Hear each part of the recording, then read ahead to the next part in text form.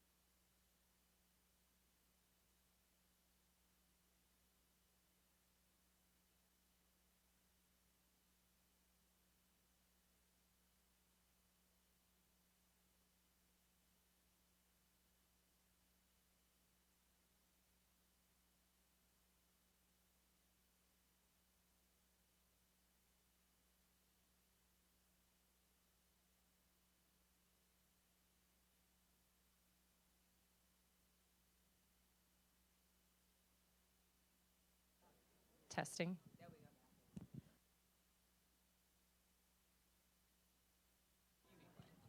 Testing.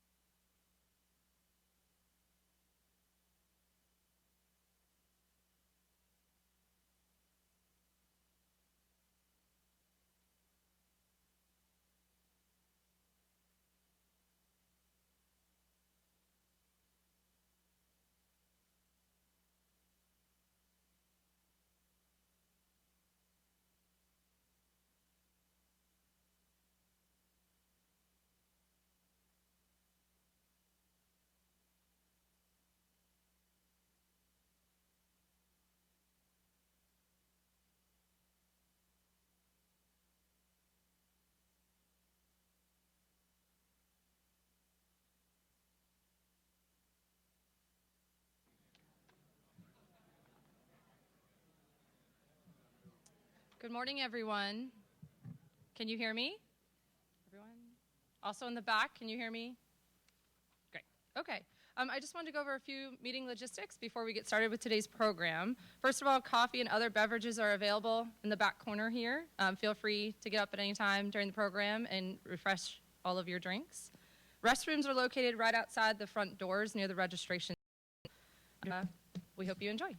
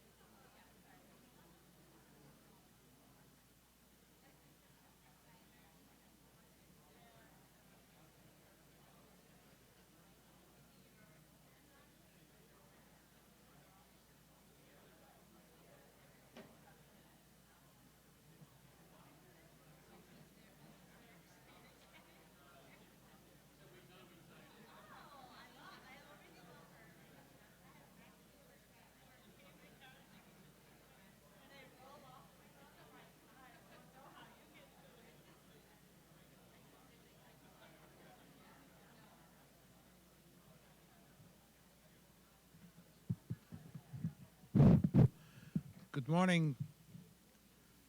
Good morning, ladies and gentlemen. I'm Laden Vogt.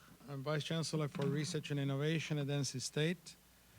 And it's a pleasure and a privilege to welcome you to this event today. As you know, it's called NC State Research and Innovation Forum. And we are very excited to see so much interest in this year's event. I think our registration was something like 160 for this. I'm still waiting for the latecomers.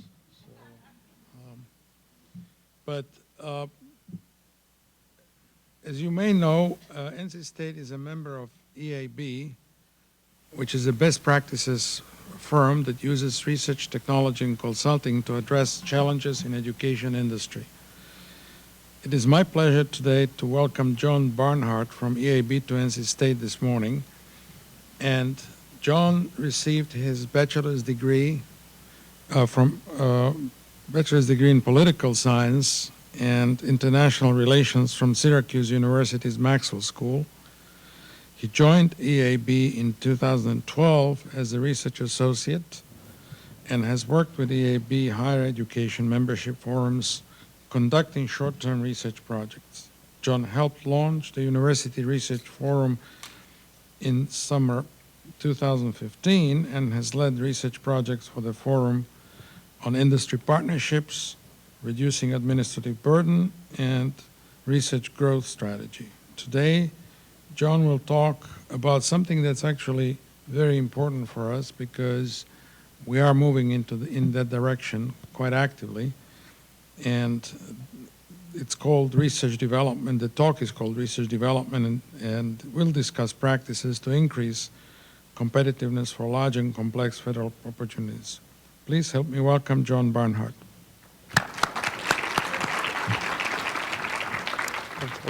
Appreciate it. All right, good morning, everyone. I'm going to test real quick. If I stand close enough to this, I think you can all still hear me with the wireless mic. Does this work? Wonderful. Well, good morning. Thank you all again for having me. I'm really excited to be here with you all this morning. And thank you, Dr. Vogt, for the introduction.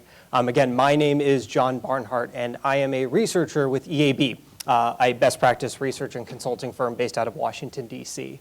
EAB has recently expanded into working with public school districts now, so we can genuinely say that we are K through whatever role you all are in right now is sort of the expansion of our research.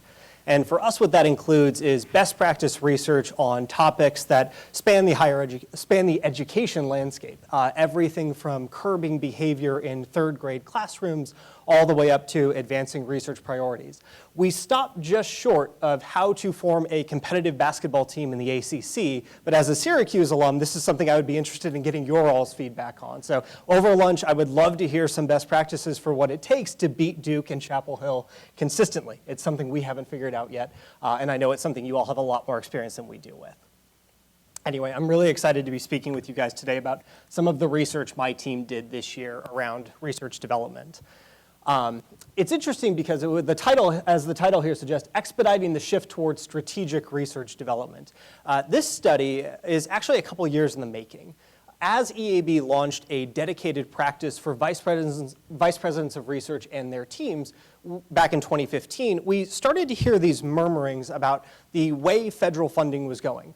Folks told us that increasingly it felt like there were fewer individual investigator awards than there used to be.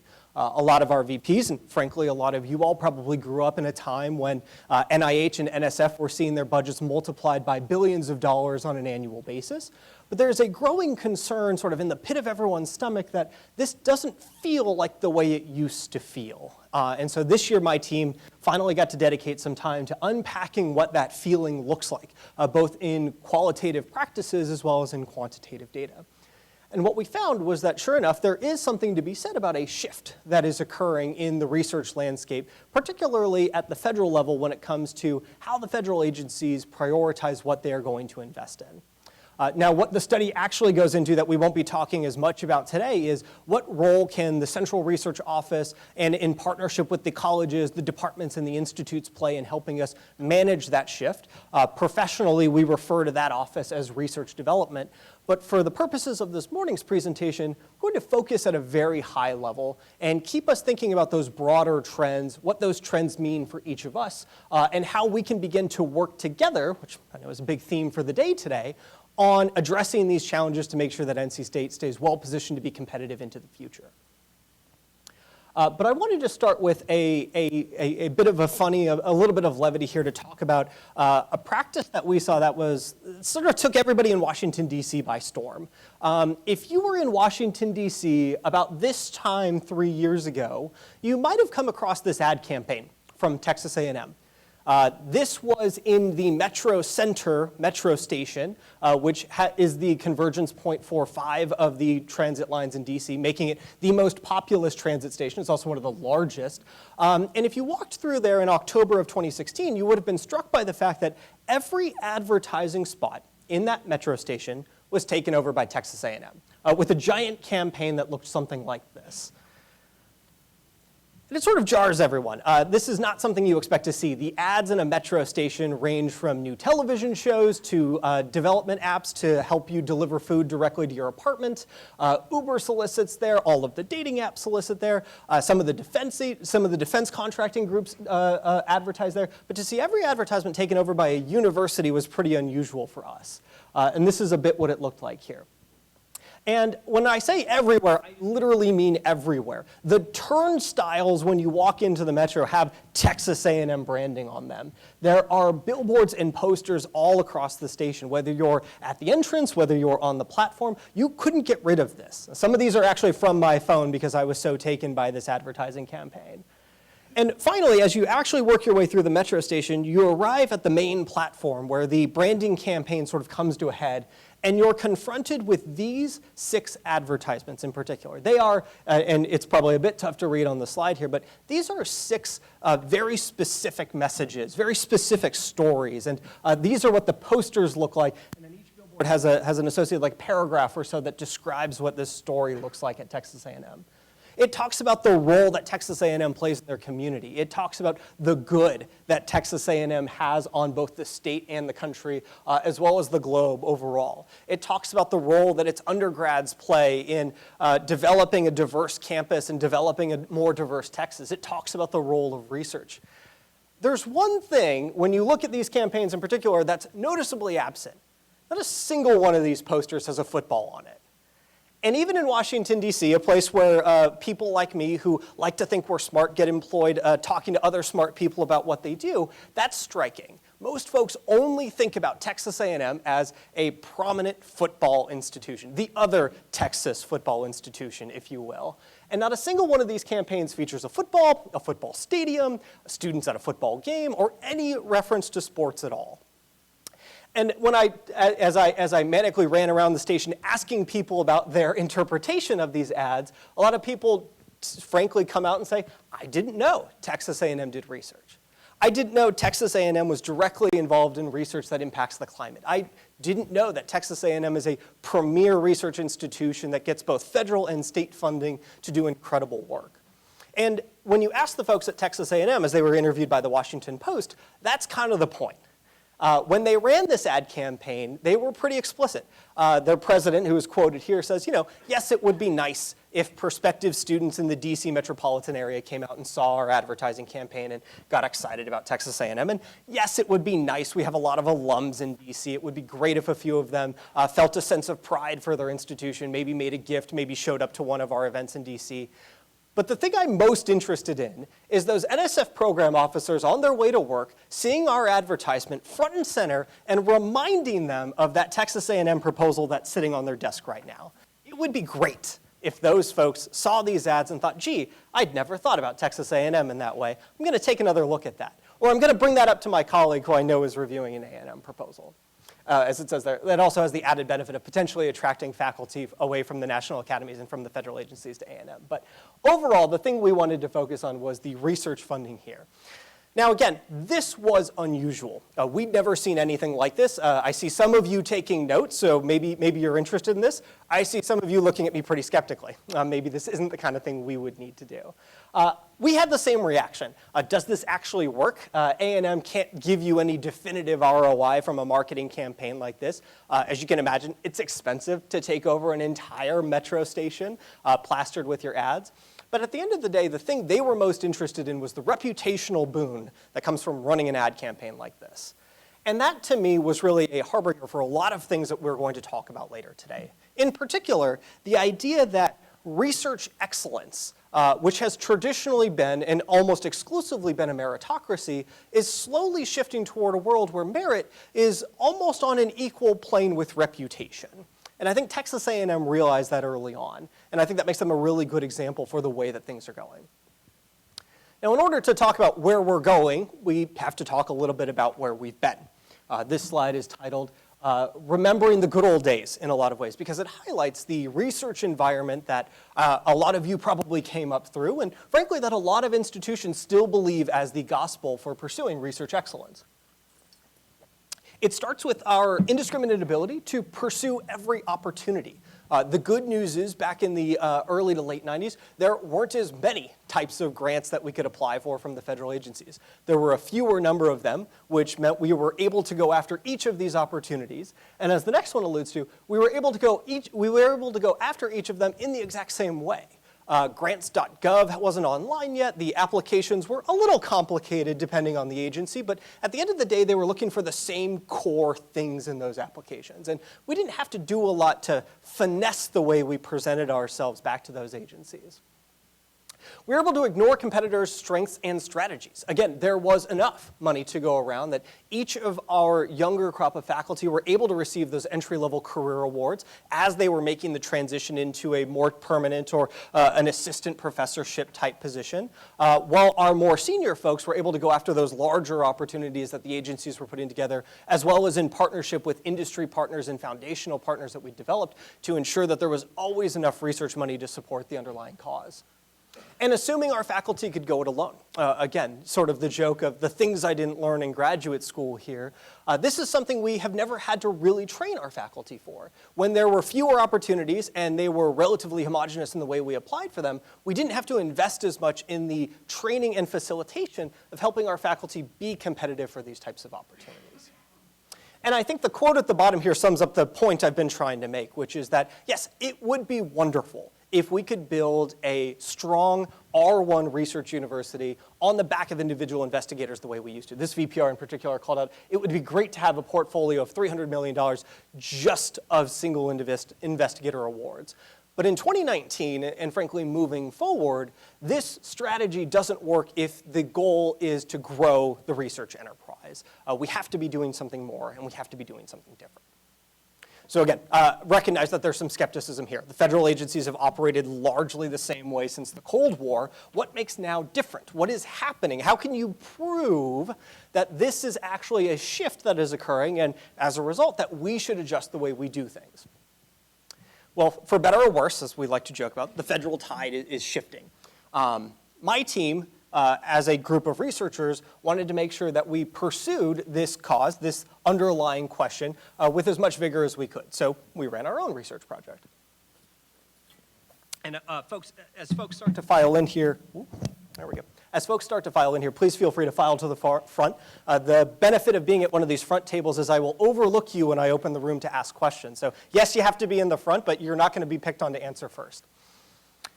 So my team was interested in where we go from here. So what could we look at to determine if there was, in fact, a shift at the federal agencies towards some of these larger, multidisciplinary, more complex research opportunities? To do that, you have to look in the data. We dug deep into everything from the Higher Ed Research and Development Survey all the way down to historical data on the individual directorates at each agency to determine what it was they were funding over the last couple of decades to see if we could discern any genuine shifts within the data. We were looking in this investigation for the smoking gun. And unfortunately, we didn't find it. Probably not a shocker to a lot of you. There are limitations to the data that's available here. For starters, a lot of it is pretty high level. You can get all the way down to looking at what the individual directors at NIH and NSF are funding, but you can't always determine causality from that. You don't know the intention behind why there was more money for this project versus that project. Frankly, that's called discretion, and that's what those folks are hired for. That's why their job hasn't been outsourced to an artificial intelligence algorithm yet. And so my team and I, a little disappointed that we couldn't find the smoking gun, decided the next best thing to find when you're building a case like this is you have to find circumstantial evidence, or at least peripheral evidence of your cause. So that's what the second column highlights here. Although we can't see it as cleanly as we'd like in the data, there are some lagging indicators of this trend. For starters, there are more large and complex research opportunities than there were today, as in the sheer number of those awards, as well as the unique name and dollar figures associated with them are going up. We can see that in the data. We also know that the agencies are increasingly, from a strategic and from a qualitative standpoint, promoting more of this interdisciplinary research. We called out a couple of the terms there. Interdisciplinary, multidisciplinary, transdisciplinary, convergence research. We're seeing this pop up a lot more, and it doesn't just come up during testimony to Congress as a talking point. It comes up in strategic planning documents. You see it at the top of the agencies. You see it all the way down at the individual directors. This language is being used to describe, or at least to rationalize, the move that the agencies are making. So, okay. The data didn't tell us what we wanted, but we were able to find some circumstantial evidence that this is happening. The next thing you want to look for is motive, and that's what we unpacked in the third column here. When you think about this from the perspective of a federal agency, it actually makes a lot of sense. If you can think back to 2010, the political climate in 2010, we had just elected a whole host of new, relatively conservative politicians in Congress who were pretty explicit when they met with the federal agencies and saying, we want there to be a very clean A to B on what taxpayer money funds at your agency supports the national interests of the United States. It was very clear. They actually went as far as to propose making that a mandatory requirement and adding a piece of legislation that would require every federal agency to articulate that when they applied for funding. Now, we didn't quite end up with the national importance legislation, but we came pretty close. And I think it scared the federal agencies in a lot of ways to start thinking differently about the way they talked about the things they invested in. And so if you consider the political implications here, you'll recognize that there's also administrative benefits. Right around the same time, the agencies are facing cuts from sequestration, which means they aren't able to employ as many folks, both in the science roles and in the administrative roles. And so if an agency is able to receive fewer proposals or receive fewer applications for funding, that reduces some of their administrative burden. If the agencies are able to give more money to an individual institution and ask them to decide who they want to give the rest to, that also reduces their administrative burden. There's also a de-risking factor in that hub and spoke model that NSF in particular, but a lot of the other federal agencies have begun to adopt. When we're able to concentrate those resources at one institution and allow the lead institution to determine who its partners are going to be rather than us determining it for them, that both de-risks it from the administrative side and also de-risks the political side. Hey, that wasn't NSF's decision, that was Duke's decision. Now, circumstantial evidence is good. Motive actually helps to pull this together. The last thing you want to do is you want to interview witnesses. So that's what we did. We talked to a couple former program directors in NIH, NSF, DOE, and DOD to get their perspective. And the quote here is actually pretty straightforward. A former NSF program director told us right up front here that, hey, I saw this happening. When I was a director, I saw the pressure from the top down as well as from the bottom up to move more of the dollars that I have toward these larger projects, these projects that sound bigger and better, that are targeted at societal level problems that we're trying to solve. And so what we end up with is a mix of federal funding that is both geared toward individuals, and I don't want to say that that is going away anytime soon. There is still plenty of funds going around for individual investigator awards. The challenge is that the money available for individual awards isn't keeping pace with the number of faculty that we have applying for them. You all are probably familiar with the statistics about what the average age of an NIH R01 recipient. It's gone up 10 years in the last 10 years. It used to be around 35. It's now closer to 44 when somebody can expect to receive that first R01. Similar trends and similar success rates at NSF with the career awards. And so what we're faced with is these agencies are beginning to dictate terms on where they want these large pools of funding to be and how they want institutions to apply for them. Now, whether you buy it entirely or not, there's a valid point in here, and I think you all have probably worked on at least one of these that we would define as a large and complex research opportunity. So you're probably asking, okay, how do I know what those large and complex opportunities are that the federal agencies want? So on the next slide, I'm going to show you a few examples of that, but we're going to do a pop quiz first. Sense the excitement about the pop quiz here. I wanted to get a sense here, and I'm being a bit picky, so I apologize if this excludes your department or your college, but one of the best examples of this in the last couple of years is NSF's 10 big ideas. And we don't have to use mics for this. You can just feel free to shout it out. Anyone want to offer up a couple of NSF's 10 big ideas? I want to see how many we can get as a group here. And I'm keeping score. So, first one, harnessing data. That's one. In the back there, yeah. Navigating the new Arctic as opposed to the old Arctic. It's good. Harnessing data, new Arctic. Others, we're down to 8. Just 8 big ideas left. Sorry? Quantum leap. All right. And Scott Bakula should do your next section. Yes, right here. Energy water nexus. All right. We're almost halfway there. Others. Reverse engineering the brain. I think they like to put that under rules of life as the umbrella category for that. All the way in the back. AI future for jobs. Future of work. All right.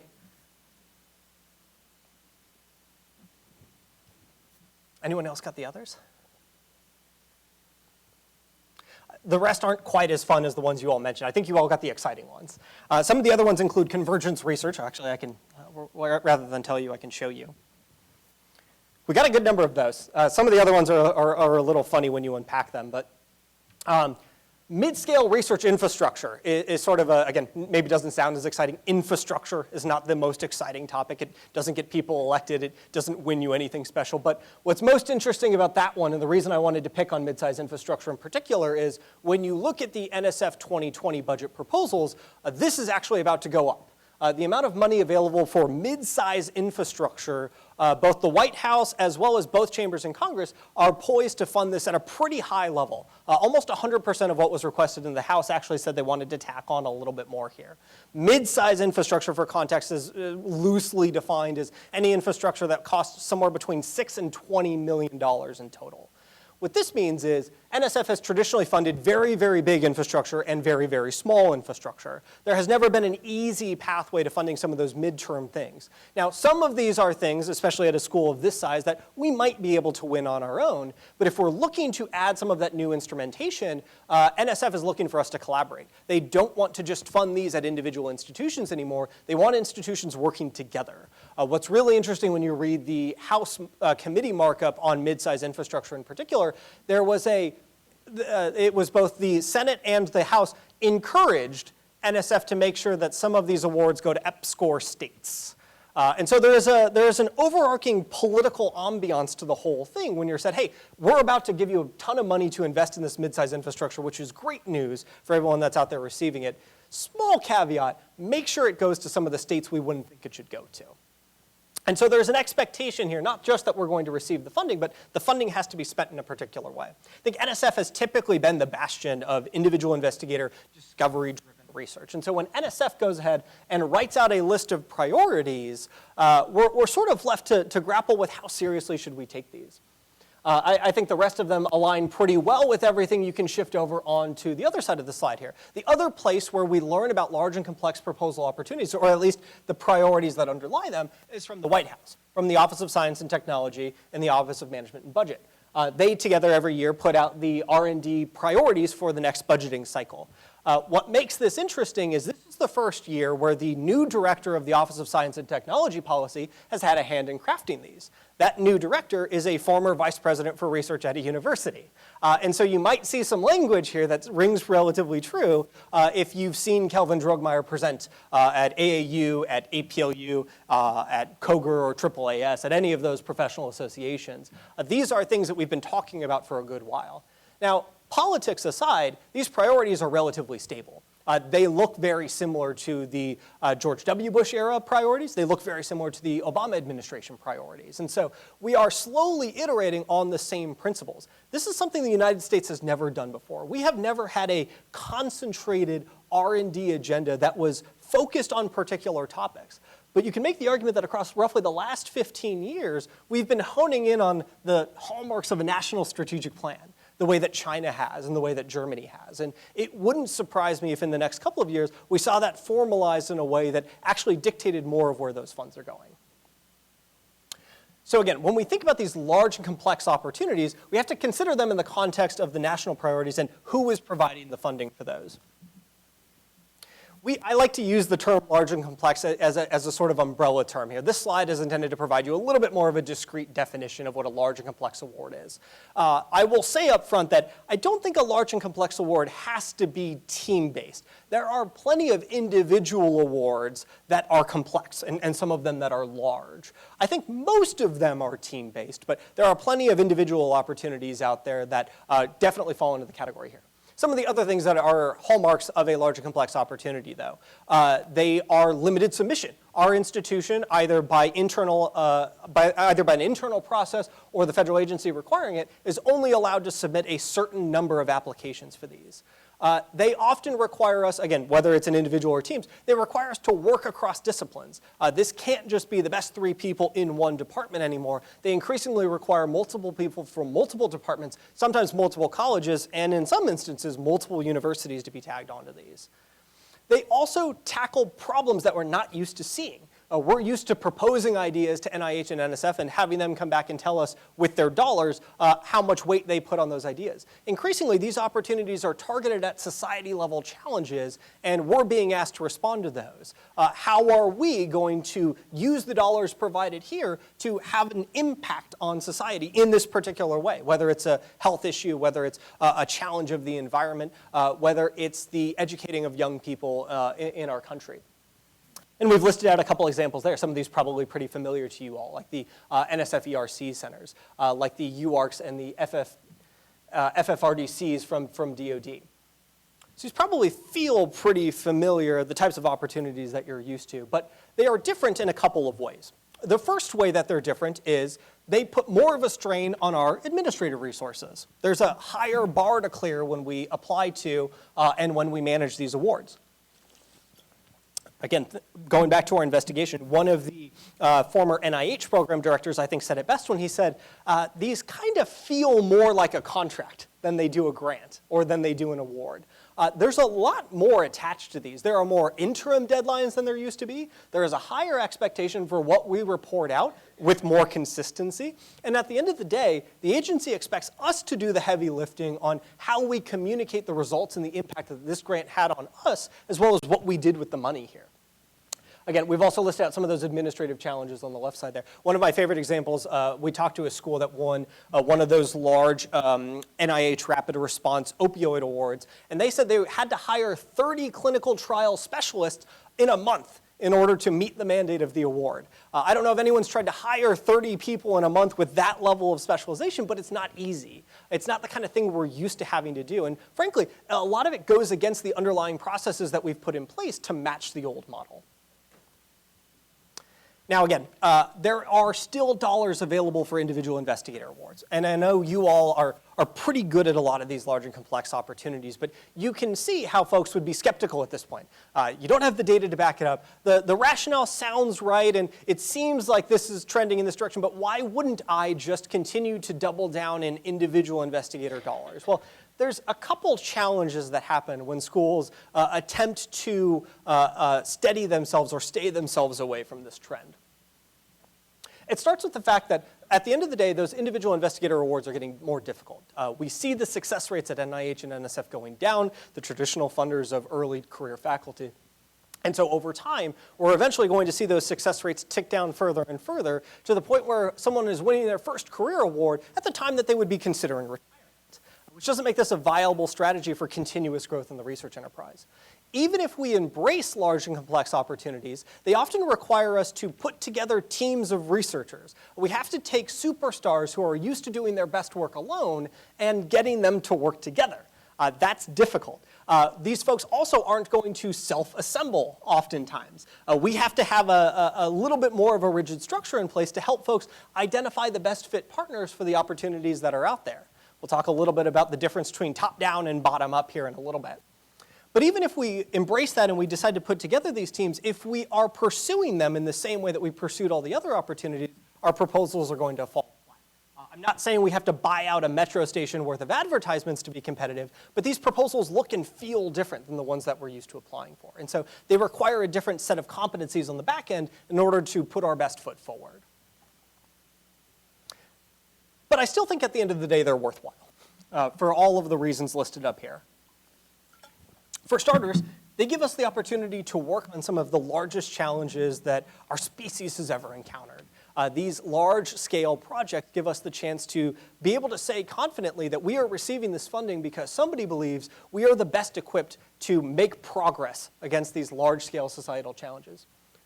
They also help us develop an administrative capacity, again, like the ability to hire 30 people in a month that we've never had before. Given that that's likely to be a requirement for all of these types of awards moving forward, the ability to develop those administrative capacities quickly is an important one.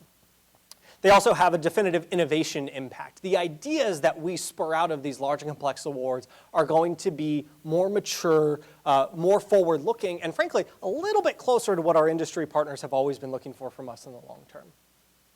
They also allow us to build relationships in places that we hadn't before, whether that's across our own campuses or even across campuses around the country or around the world. And lastly, they give us the ability to better position ourselves for the future. We're able to say when we've won one of these awards, and you'll quickly learn these things feel like an insider's club, once you've won one, you're in. And so long as you are a good steward of that grant, the odds of you winning another one go up exponentially. Whereas if you don't win one the first time, the odds of success long-term goes down. And so that's what the rest of the study is about. And again, I'm not about to walk you through the rest of the 100 slides that follow this research study. We're just going to top line each of these 4 buckets here. I see a few of you taking pictures of the slides. Don't worry, I'm happy to distribute these afterwards, and you can look at them up close and personal rather than trying to zoom in on your phone.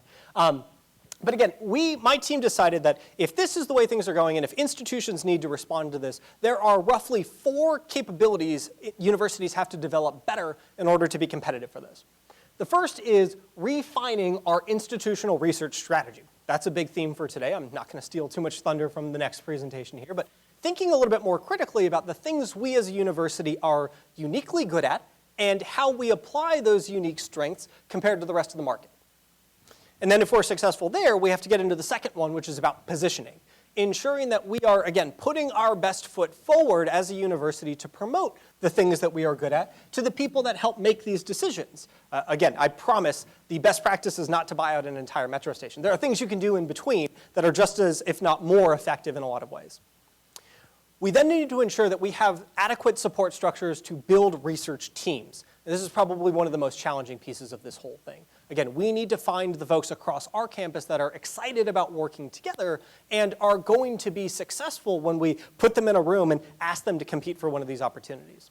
And then again, as I've mentioned, there's also an administrative end to this, adapting our research services and resources to ensure that we are both successful in applying for and in managing these awards. So I'll just top line each of these 4 for you here before we wrap up this session.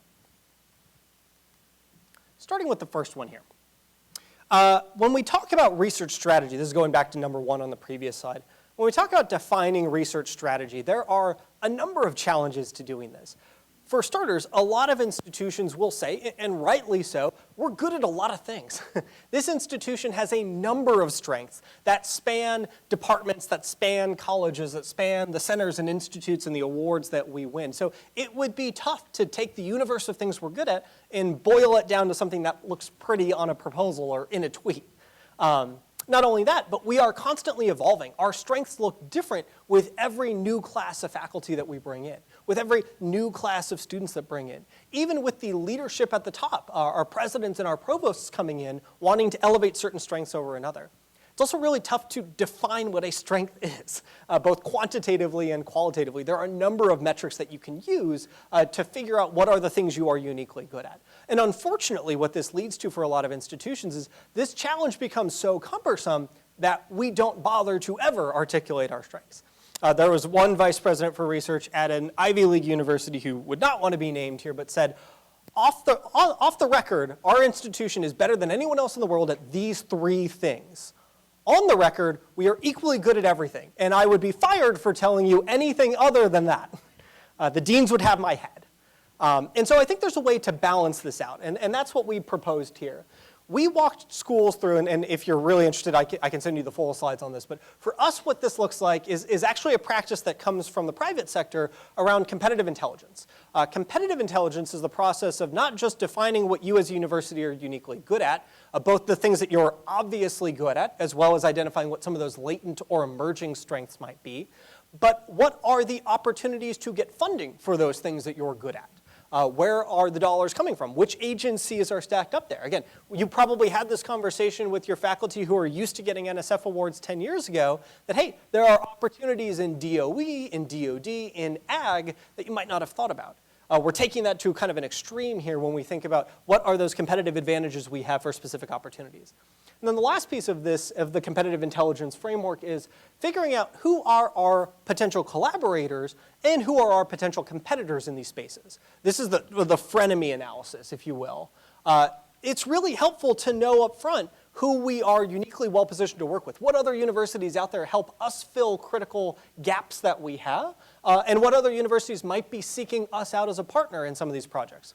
Inversely, given that these dollars are so high and that they only come around once every couple of years, it's also really important that we know who's competing with those, for those opportunities with us, especially for things like NSF VRCs, determining what that geographic cycle is and if we should even be competing this year, because this award only goes to schools in the southeastern region of the country every 5 or 8 years. So if we're competing with Arizona State and the University of Texas system, we're probably on the wrong cycle.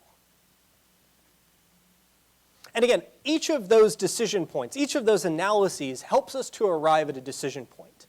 The goal of competitive intelligence should always be leaning toward a certain type of decision. For us, the decision isn't a binary one, go or no go, like a lot of folks like to characterize it. It's actually sort of 3 prongs here. Certainly, deciding not to pursue an opportunity is a good path, or deciding to wait until later. But if we decide to pursue an opportunity, there's actually another layer of decision that we have to make there. And that layer is, do we decide to go as the lead institution for these large and complex opportunities? Do we want to find an institution to partner with while they take the lead and we'll fill that critical gap for them? Or is this something where we're genuinely not sure and we have to apply for both? Unfortunately, everything else that we're going to talk about sort of stems from the decision that we make up front here. All of the both administrative as well as the types of folks that we want to involve will differ depending on what type of decision we're making at this point in the process.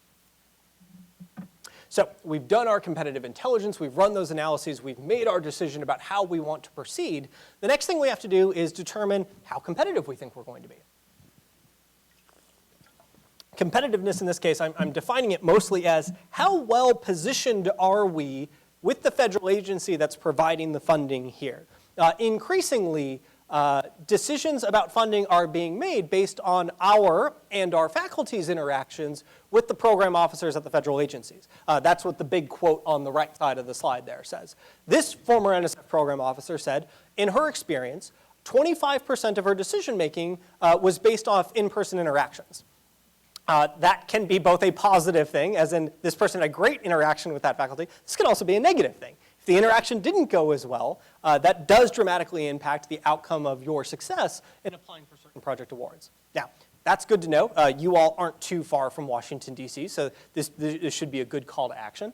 Unfortunately, as everybody comes to the same realization at the same time, it's getting a lot harder to get in front of these folks. For starters, our faculty aren't, again, necessarily trained to have these types of conversations. Talking peer-to-peer is one thing, but being able to dissect and succinctly talk about your research in a quick 90-second elevator pitch isn't the kind of thing we prepare folks for. It's also, frankly, not the best representation of their best possible work. And so there's a nice in-between we have to have there. Not only that, but universities are increasingly spending money in Washington, D.C., hoping that they'll get a leg up. Back in the 80s and 90s, most of this money went toward lobbyists, folks that would walk the halls of Congress, talk to the right people, and you would see your earmark in the next markup bill that came from the House Ways and Means Committee. Unfortunately, as earmarks have gone away, universities are trying to pivot that funding away from lobbyists and toward PR firms, federal agency relationship groups. And these folks, it's a lot harder to determine what the ROI is. Yes, this person had all of the right meetings. Yes, this person met with all the right people. We got the intel ahead of time, but that doesn't always make us successful. And so it's becoming it's the challenge of how we engage properly with the folks, and I use DC as sort of the umbrella here, but realistically we're talking about the folks in Bethesda and the folks in Alexandria. It's a bit of a different ballgame than the one we're used to playing. And so for us, positioning at the federal level sort of breaks down across these 5 areas. I'm not going to walk you through all 5. My team has actually, over the last 4 years, done a lot of research in the first 3. Where we focused for this particular study was in those latter 2. And I'll actually go a click deeper here and tell you about the federal agency positioning piece. For us, what we saw was it's difficult to organize and have an effective trip to DC if we're not forward planning. So for us, it sort of breaks down across our ability to do these 4 things better. First, and this is probably way too easy for a school like NC State, but increasing presence on review panels. This is good for reputation. It's good individually for our PIs. It's good for us. There is marketable intelligence that can be gleaned from serving on a review panel, seeing what other reviewers say about certain projects, seeing or hearing what other reviewers say about other universities is also pretty helpful. More of a budding school practice. What happens from there is making sure that we're sponsoring faculty travel to DC. Again, not novel, but what we're seeing a lot of schools do is design an entire fellowship program around DC travel. So rather than just handing folks a plane ticket and saying, your meeting's at noon, we're increasingly putting more structure around it. We're helping them prepare their materials, we're helping them practice their pitches, we're either in the room with them or we're helping guide them around Washington. It can be a bit confusing. And then we're making sure that there's some debrief afterwards. We are getting the intelligence back from them that they've gathered while they're there. It's great for our faculty, but then we, as the administrative research leaders of the institution, have to take more of a hand in this too. Increasingly, we're seeing more administrative folks come to DC. I think a good example of this is the University of Arizona has relocated one of their associate vice presidents for research to Washington, DC. He now lives there full time. Bit of a time change, bit of a weather change. But his intended purpose of being there is to be in the room where the decisions are made. This is particularly important for a school like Arizona, who is going after more and more DoD opportunities. Everybody has probably heard the moniker that DoD is based on who you know and the relationship that you build with them. Arizona takes that very seriously, more seriously than most other schools do. And then the last one here is recruiting program officers to campus, sort of the gold standard. It's great when we go to visit them, but when we can bring folks to our campus and expose them to not just what one person is doing, but what to a whole host of people are doing, we have the opportunity to really show them what, as a university, we're capable of. And so there's an entire playbook here to how do we better help institutions, I'm going to pull this up just a little bit, how do we better help ourselves attract folks to campus and come visit us? Again, y'all aren't that far, so hopefully this one comes a little bit easier than for a school like Arizona. Now again, even if we're good at positioning ourselves and we know what opportunities we're competitive for, I still think the biggest challenge, and I've sort of buried it at number 3, but I think the biggest challenge is helping our faculty to identify the folks they want to be working with. That starts with identifying the faculty that we think might be interested in working on these projects. Another layer to that challenge is identifying the faculty leaders that we want to put in charge of these projects. Again, they are 2 separate challenges that have some similarities, but they have to be approached in slightly different ways. The way we decided to break this down is a series of structural and non-structural barriers that inhibit faculty, largely inhibit faculty, from working together. Starting with some of those structural barriers, the first one is we don't encourage it. We don't incentivize it. Promotion and tenure in particular across most universities does not allow for group work to count toward tenure, and sometimes it doesn't allow for it to count toward promotion. And so when we think about the structures that our school puts in place, especially around P&T, a lot of institutions are starting to think differently about how they can adjust their P&T standards to be more inclusive of that activity. Teaching loads prevent faculty engagement. Again, probably more of a mid-sized institution practice, but we need to recognize that across the last decade, as we've continued to focus more on student retention, that we are putting more pressure on the same folks that we're asking to do this research to also do more in the classroom, and frankly, to do more outside of the classroom regarding their student engagement. And then, of course, our internal funding programs. Most of our internal seed funding programs have been historically geared toward individuals, supporting an individual for early seed funding or supporting them on the back end for bridge funding. We need to think differently about those structures and how we can use them to support teams. There are a number of non-structural barriers, though, that come up here, too. The incentives for individuals that they feel to work across colleges or to work across departments isn't always there. There's also a lack of formal training for research leadership. Leading a team of your peers is a very difficult thing to do. These are, we like to say this is first string talent with the personalities to match. And so being able to equip our faculty better to position them to lead these teams is something we've never had to do before. And of course, the higher administrative burden for these large and complex opportunities. That's something that the research office and the administrative folks feel, but it's also something the teams that work on these feel. And so we'll start with the structural barriers and some of the things we've seen schools doing here. Again, the first one there I mentioned P&T. We're starting to see schools reevaluate their promotion and tenure policies to see if they can do a better job encouraging P&T to be inclusive of team-based research. This actually came specifically from a medical school where they went college by college and asked them to adopt their own version of how we could equally weight team participation with individual success. I think medical schools will probably be the folks that start doing this because I think a lot of those fields have been more interdisciplinary for a longer period of time, requiring at least cross-department, if not cross-college work. And so we're slowly seeing schools begin to make those iterations. Again, seeing more schools want to buy out teacher time. Again, more of a small school example. The example we use in the study is actually from App State, a school that is increasingly trying to pursue more team-based research and recognize that the teaching load is probably one of the biggest barriers for their faculty. And then again, supporting and sponsoring interdisciplinary research teams. I think some of you are probably familiar with large-scale team-based seed funding initiatives. The extreme example of this is a school like the University of Michigan, who runs the M-Cubed program some of you might have heard about. Michigan has taken a lot of what used to be the hodgepodge of internal seed funding and is increasingly turning it toward peer-assessed interdisciplinary opportunities. What that means is they allow individual faculty to apply for these seed funds using their website, and other faculty from other departments vote on the validity of those ideas. And if you get two other faculty from two other departments to agree that your idea sounds good, the three of you get the funding to pursue that research. And so rather than it being top-down, it is a little bit more bottom-up. It's a little bit more self-selection, but it's largely based around the ideas of the research having the most merit. Now again, structural barriers are the things that will take the most time. It's easy to say that we should redeploy seed funding this way. We have a lot of folks that rely on that. It's easy to say that P&T should change, but I'm sure you guys have had that conversation before. Non-structural barriers are where we decided to focus because we think there's the most immediate action that can be taken there. Perfect.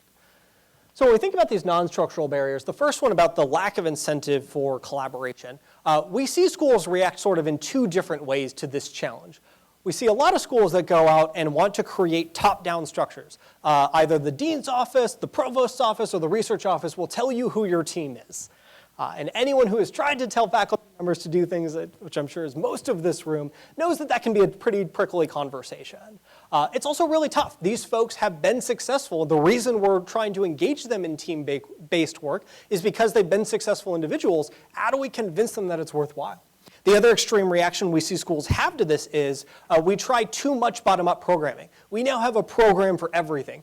We do speed dating, we do brown bag lunches, we do meet and greet sessions, we do social networking, we do all of these things without having any idea if they actually work, if they're actually successful in bringing people together. So as you can imagine, the practices that we profile here are sort of that Goldilocks spot right in the middle here, where there's a little bit of top-down. We are tailoring the activities that we offer to certain subsets of faculty, but there is still an element of self-selection. We're inviting 30 folks into a conference and hoping that it might form 2 or 3 teams of 5 or 10 folks.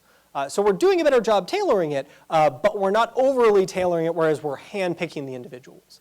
Where we want to handpick individuals is in the second one, is in the leadership here. We as administrators can certainly manage these awards, both from proposal stage and then once we've won them into the award stage. But actually having dedicated faculty leadership to guiding that team through the research is one of the most challenging parts. I think in a lot of instances, the folks that you would identify as being your strongest researchers probably aren't often your most collaborative researchers. They're also probably not the folks you would want leading teams necessarily. In fact, I think oftentimes it's the opposite. And so as a university, and as most universities, we don't have a strong current bench of faculty leaders. There are definitely some folks, and probably many of you in the room have been parts of these teams and led these teams in the past. But what we decided to focus on here was how do we train younger or earlier career faculty to eventually become research leaders? It requires an entirely different skill set and competency than what it takes to be a good professor, what it takes to be a good individual researcher. We're seeing individual programs, your weekend programs, all the way through to universities that are developing centers and institutes for research excellence, just to begin to teach some of these practices. Again, it feels a lot like it did 10 years ago when we decided to double down on helping faculty teach better in order to help improve student retention rates. We're seeing a very similar trend in research now. And of course, the last one, making sure that we're able to scale our research project management skills. I had the chance to attend the National Organization of Research Development Professionals, NORDP's conference earlier in April. NORDP, again, being the Professional Association for Research Development administrators. I was shocked at the number of certified project managers in the ranks there. These are folks traditionally with roles in industry, roles in tech firms in particular, and we're slowly seeing the influence of those skills and frankly the certification come to light in higher ed now. The reason is a lot of our federal agencies want us to have a PMP on the award so that they can de-risk themselves of worrying about us failing to manage these awards. And so whether it is because they actually bring the value there or we are trying to signal to the federal agencies that we're thinking ahead about these types of things, the administrative structures we have to develop look different here. Then, of course, as we're talking about administrative structures, we want to get into the last column about how do these proposals look different than the old ones did. I think this quote was particularly poignant. Increasingly, again, if you buy my argument about the administrative burden on the federal agencies and them looking to reduce that burden, one way to reduce it is to cut down on the time it takes to edit and review proposals. And so what this vice president told us was, hey, these agencies, especially for these large and complex opportunities, are looking for any excuse to send this back to the institution without reading every page of it. That means if we went over the 3-page limit, or they're going to send it back. If we had the wrong font size, they're going to send it back. If the budget is in the wrong place, they're going to send it back. We're increasingly looking for any opportunity to not have to read the whole thing because these large and complex proposals are so much longer. And so given that, again, that is different, how can we, from the administrative standpoint, help to correct our proposals and make them as strong as possible? Well, that's what we laid out here. These are some of the hallmarks of what a large and complex proposal looks like. The first thing we need to know is we need to know when our faculty are going to apply for these. 3 years ago, we did a study on reducing administrative burden, where we talked a lot about internal submission deadlines. This idea that if the federal agency wanted it Friday, our office wanted to see it the Friday before so that we could edit it. Again, trying to institute a deadline like that without teeth doesn't go as long of a way as what we're proposing now, which is thinking about these intent to submit deadlines. Increasingly, we're seeing schools roll out these new deadlines where we ask folks to let us know ahead of time that they're interested, and what they get access to as a result of notifying us is increased administrative support. Obviously, we want to develop a new list, a repository of samples and examples that we can use here, but then we have to start to think about how we're going to review them. Again, if you were at a company with a large R&D portfolio, or if you were at a national lab, there is the Shipley Index of types of reviews includes every color of the rainbow and then some on the different stages and different phases of review types. We have to think about these more strategically. How often do we deploy red teams? How often do we deploy pink team reviews? When does which one make sense because of the problems we're trying to address? Again, it's a more strategic approach than the one we're used to, which was somewhat haphazard. We also then need to think about how nice the proposal looks. And I literally mean that from the visual standpoint. We're seeing schools hire a larger number of graphic designers and support staff to take the ideas that we used to just put in abstracts and build them out into larger visuals, whether that's visualizing data, visualizing concepts, or at the very least ensuring that there is consistent brand application across our proposals. There's also extreme versions of this. If you followed the smart cities proposals from the Department of Transportation a couple of years ago, or if you followed the Amazon HQ2 sweepstakes, you would see the proposals people were putting out didn't look like the 10-page paper-based ones that we're used to submitting. There were videos, there were marketing stunts. We're increasingly iterating on the way that we position ourselves in the proposal in order to win. The school that won the Department of Transportation Smart Cities Award was Ohio State. Their proposal probably looked very similar to everybody else's.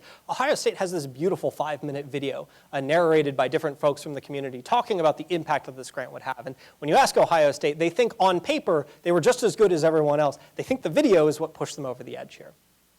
And of course, we have to revisit the limited submission policy in programs. This is something we've used internally for a long time to try to get folks to submit earlier and to make sure that we were putting the best application forward. But those processes are largely despised across both faculty and administrators. And so there's a way to clean those processes up so that we can make the limited submission process easier for everybody involved. So I wanted to leave you all with some thoughts about what does this mean for the rest of the day. You're going to hear presentations from the folks in the research office as well as some of your colleagues about the different ways in which NC State is centralizing, or not centralizing, but at least thinking more strategically about the way we approach research in order to ensure that we remain and continue to be competitive for these large and complex opportunities. So I've given you all a little bit of homework for the rest of the day, and it's kind of small, so I'll read a couple of these off for you. But thinking about redefining institutional strategy, I want everyone to think about the things that your department, your college, your center or institute is uniquely good at. And then I'd love for you, sort of the next level homework, if you want the extra credit, is to think about how it applies to some of your other colleagues here in the room. Maybe take this opportunity to meet somebody you've never met before, maybe talk to some of the folks in some of the other departments and colleges that you haven't had the chance to engage with, and think about the opportunities where y'all could work together. Thinking about positioning, again, what is the current reputation of NC State? How do you think it's changed in recent years? And then if you were to go sort of agency by agency, where do y'all think you're strongest versus where do y'all think the most work could be had here? And what are those opportunities to engage more deeply with the areas and the agencies that we want to engage more deeply with? Thinking about supporting our teams. Well, what's worked well for us? Again, we have some generalized best practices, but each college, each department has its own unique culture, and I don't want to diminish that. So the only way you're going to determine what's going to fit best for NC State is to talk to each other about how those unique cultural elements within your specific unit can play to the other units across campus. And what are the things as an institution that we can do to help encourage those team-based activities? And then, of course, on the administrative end, are there ways that we can help to improve the proposal process? Where are the ways to make this easier for folks? Where are the ways to engage others in the administrative process so that we are putting our best foot forward? So that is it for my prepared slides. I will be here all day, and so if you have questions, I'm happy to take them then. But if anyone had any immediate thoughts and questions, would love to open it up to you all now. And we have a couple mics around the room, so if you want to raise your hand, we'll run a mic over to you.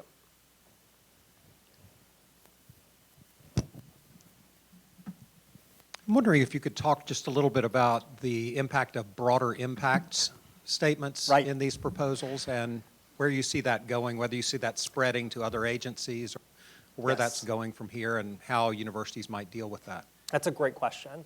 So broader impact statements, We had the quote earlier in the slide deck that said roughly 25% of decisions were based on in-person meetings with faculty. That same NSF program director said another 25% is based on the quality of the broader impacts proposals.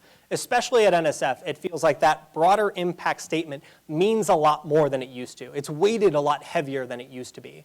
And I think that extends beyond just large and complex awards. I think it goes all the way through to every project that NSF funds. And it's not just because they want to ensure that the folks they're funding can articulate the broader impacts. It's that those broader impact statements are also the bedrock of the political defense for NSF.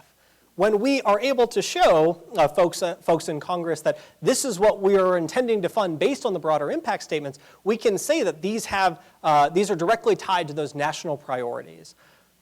Point about spreading to other agencies is a good one, or spreading more broadly. I know other agencies have some version of this. It wouldn't surprise me. It hasn't happened quite yet.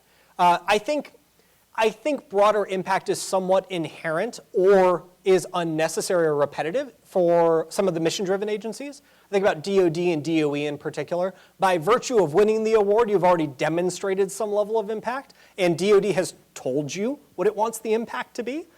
So I don't know if we'd quite see it there, but NIH is the one in particular that I would be most curious about. They, at an agency level, have always been a little bit more strategic and a little bit more concentrated, but it wouldn't surprise me to see something like a broader impact statement there in the next couple of years. It's a great question. We've got one over here. Does someone else already have a mic? We've got two over here. I'm going to go ahead and start over here, and then I'll come back to this side. Reputation impact. You stress that reputation impact is important for institutions. How about the leader of the proposal? Your best manager is not necessarily the guy with the best reputation. Exactly. Your prima donna is the guy with the best reputation. Exactly. And here's the conflict. Yeah, there is a conflict there. And I think it is important and that's why, again, short term, we didn't focus too much on how to identify the right folks. Long term, we focused on building a bench so that in the future, maybe in the next generation, those two are the same person. Recognizing that they're not there yet, when the leader, or at least the lead PI whose name we're going to put on this is going to be the leader of the project, we have to compensate for it with different support.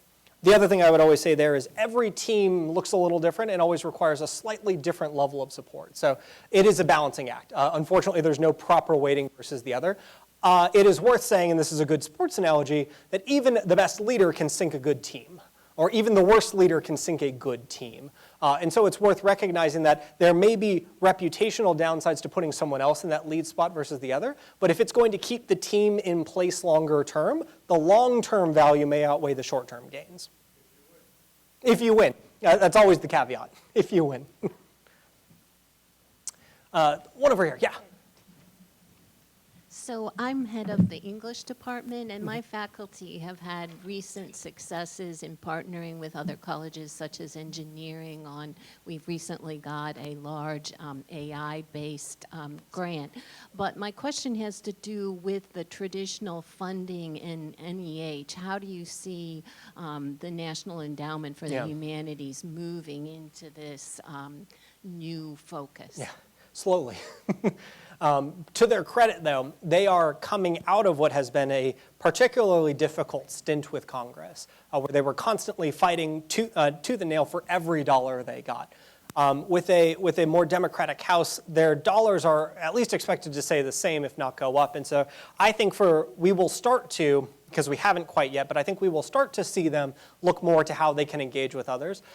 The canary in the coal mine for me when it comes to NEA and NEH is where SBE within NSF goes, social behavioral economics goes. They recently, this was 2 weeks ago, there was a Dear Colleague letter at SBE, reprioritize or repositioning memo about how they were shifting the dollars within SBE toward some of those NSF Big Ten ideas. Some of them are copied and pasted directly. So when I think about NEA and NEH trying to be more strategic, it won't be that everything they fund has to align with NSF or with some of the other priorities, but it wouldn't surprise me to see more of that language wrapped in long term. The other thing we've seen a big growth in outside of the federal agencies is foundations and nonprofit giving is up significantly. Total nonprofit funding for university research now outpaces industry funding by about $500 million. The good news for us then, and folks like yourself, is foundations are also one of our leading sources of funding in some of the arts and humanities and social sciences and humanist roles. So I think we're seeing a nice rebalancing of the portfolio, which hopefully means there's more funding available, but I'm also willing to bet that they will start to align themselves with the other agencies' initiatives soon, hopefully. Yeah, hi. I was wondering if you could share your perspectives on convergent research. What have you seen that's worked? Is it something that really is organic, or can universities foster this new direction? Yeah, that's a good question. There is an entire academic study of the science of team science, and it's robust. It is long-term, which is beautiful. It's complicated, is the short answer. I would hesitate to say that I've seen any school solve how to do this properly. Your question about, is it organic, is it top-down? It's somewhere in between. There are, the way we profiled it was we called it manufacturing serendipity. Like a dating app in some ways, there are ways to put the right folks in the room that some of those partnerships will bubble up organically. Now, we have to be somewhat selective. We have to cut out some of the pool, but we don't want to cut out the entire pool. We're not putting 5 people in a room hoping they'll work together. We're putting 50 people hand-selected in a room, hoping that a couple of them will choose to work together. Science of team science has a lot to say about the types of activities that we run and that we put together. And at their core, they all come back to somewhat targeted and making sure that the overall mission of the session is what folks are showing up for. So if somebody mentioned quantum earlier from the NSF Big Ideas, Northwestern University does a series of symposia workshops around quantum. So the folks who attend self-select because they saw quantum on the name, but as we all know, quantum can include nearly any discipline. So the people that show up to a symposium on quantum are the ones who are excited about the opportunities to have their work tailored to others. So a couple ideas there, but we're just starting to see this take off. It is tough. There is a lot of research in the science of team science about how to do it. Very little of that research concludes with how to do it well. I've got one all the way in the back here, and then we'll come to the middle. Hi, thank you. There is a prevailing rhetoric that I've heard around so-called soft sciences versus hard sciences. I'm wondering if that kind of rhetoric is a barrier to interdisciplinary collaborations, and if so, what can we do in the research development offices to help to mitigate those kinds of rhetoric or paradigm in order to foster collaboration across those chasms? Yeah, that's a great question. And I will be the first to admit that I'm guilty of that rhetoric too, as you undoubtedly saw here. I think similar to the answer to the previous question, the ways we've seen schools start to be more inclusive with the language they use is specifically focusing in more on the opportunity or the challenge. So whether it's an area like quantum or it's a challenge like water sustainability long term, being able to keep the concentration of the activity and the things that we're looking to fund at that level tends to be a little bit more inclusive. Making sure that we are then, and this is something we'll talk about later on today, making sure that we are then rewarding the folks that participate in that across all disciplines too. So whether it's through funding, whether it's through marketing and press recognition, making sure that we are highlighting the places where folks from all walks of the university have worked together before goes a long way to signal to other faculty that there is an inclusive environment where they can be parts of these projects. Now, the hang-up that I often hear is somewhere in between there. Once we get into the room, if I'm an English professor, for example, unfortunately, if the lead PI is a physicist or a chemist, and we have an English professor on the team, the English professor ends up being the one who takes the notes. And we have to carve out more intentional roles so that everybody has an equal seat at the table. It's not just enough that they have a seat at the table. So we have to think about what roles everybody plays. And so, again, part of the selection of paring down our activities to being smaller than the entire university but bigger than the exact people we want to work together is figuring out what they're going to bring. And it requires us to sort of go person by person and talk to them about those opportunities. Our faculty will always be the best representatives of what is and isn't interesting to them. And we can't force them to work together on these things. So by asking them, or getting their genuine reactions to some of these proposals, I think is the best place to start. Yeah. So you talked about changing cultures in terms of rewarding faculty for going after these large, complex grants. Do you have any anecdotal information from any other school that you saw work very well? Some example that you could share with us?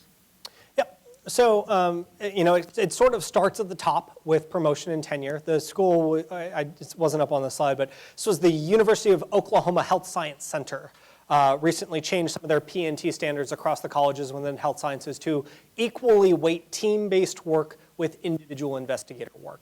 That is far and away the biggest incentive. If we can engage our entry-level or our newly appointed assistant professors into those roles, not only will it encourage them to get involved early, but it will encourage them to stay involved long-term. I think it's a safe cultural assumption to say that our younger faculty in general are more entrepreneurial and more collaborative by nature. They grew up in the funding environment that I'm describing here, a volatile one, where they knew those large historic grants weren't always going to be there, and that forced them to work together earlier on. Beyond that, making sure that they have sufficient administrative support and that there is equal weighting when they go back to their college and discuss their workload with regards to teaching. It's a lot easier when you're by yourself to plan when you're going to do the research, when you're going to teach, when you're going to be able to dedicate time to write that proposal. But when you're trying to balance the calendars of 3 or 5 or 10 other individuals, it's a lot more complicated. And so making sure that at the college level and at the department level, we are being as flexible as possible, allocating those course releases when they make the most sense. That doesn't mean we have to allocate the course release 6 months before the proposals due. For an ERC, we probably need that course release 18 months ahead instead of 6 months ahead. And so thinking about how the administrative areas and the other 2 parts of their jobs, teaching and service, play into the research role, it looks different for these. So being able to increase the number of folks that do it through P&T and reduce the barriers they face, the answer is a combination of the 2. And there are plenty of schools that are doing bits and pieces of both. I have yet to see one school do everything perfectly here. And I think what's interesting is the schools we would typically turn to are those schools who have traditionally been really good at individual awards. You think about like a Johns Hopkins or a University of Michigan, where those schools are built from NIH R1s in a lot of ways. I think those schools are just now starting to realize the castles they've built, and the ability to cross those chasms or cross those moats isn't as easy as they'd like it to be. And so I think everybody is starting to reconcile this in their own institutional way. Yes, One here, and then we'll jump over here. Yeah, crossing the moats. I love that term. Just recently, being part of a study section of U19, it was quite clear that team building was a critical component, especially of an Ivy League school I reviewed. And my question to you was team building. How do you effectively encourage team building? You did talk about that, and the role of the university to sort of find that talent. For example, in one application, it was quite obvious of a very strong application. The science was strong, but there was one core that was weak, and I knew at that university that there was talent there. And of course, we can blame the leadership, which and other team members for not making sure that was called in. But I know I see like NC State, some of us put together a U19 down the road, that some of those gaps that were obviously could have been filled, because we have a problem with those moats. We have talents in every facet you could think about, but sometimes I think we miss an opportunity because we do not know where those talents are, and they're already there, and we lose opportunities, in my humble opinion. But where have you seen successes there, and where universities have rebounded? How can they find a way to sort of pool that, build that team, break down those moats, build those bridges? What has been your experience? Yeah. Well, it starts with the ability to, as you've mentioned, it starts with the ability to identify where the opportunity is, and if we possess it or not. The first question is always, do we have this talent, this capacity, this core in-house already? And at a school of this size, that sometimes isn't as easy to answer as it should be.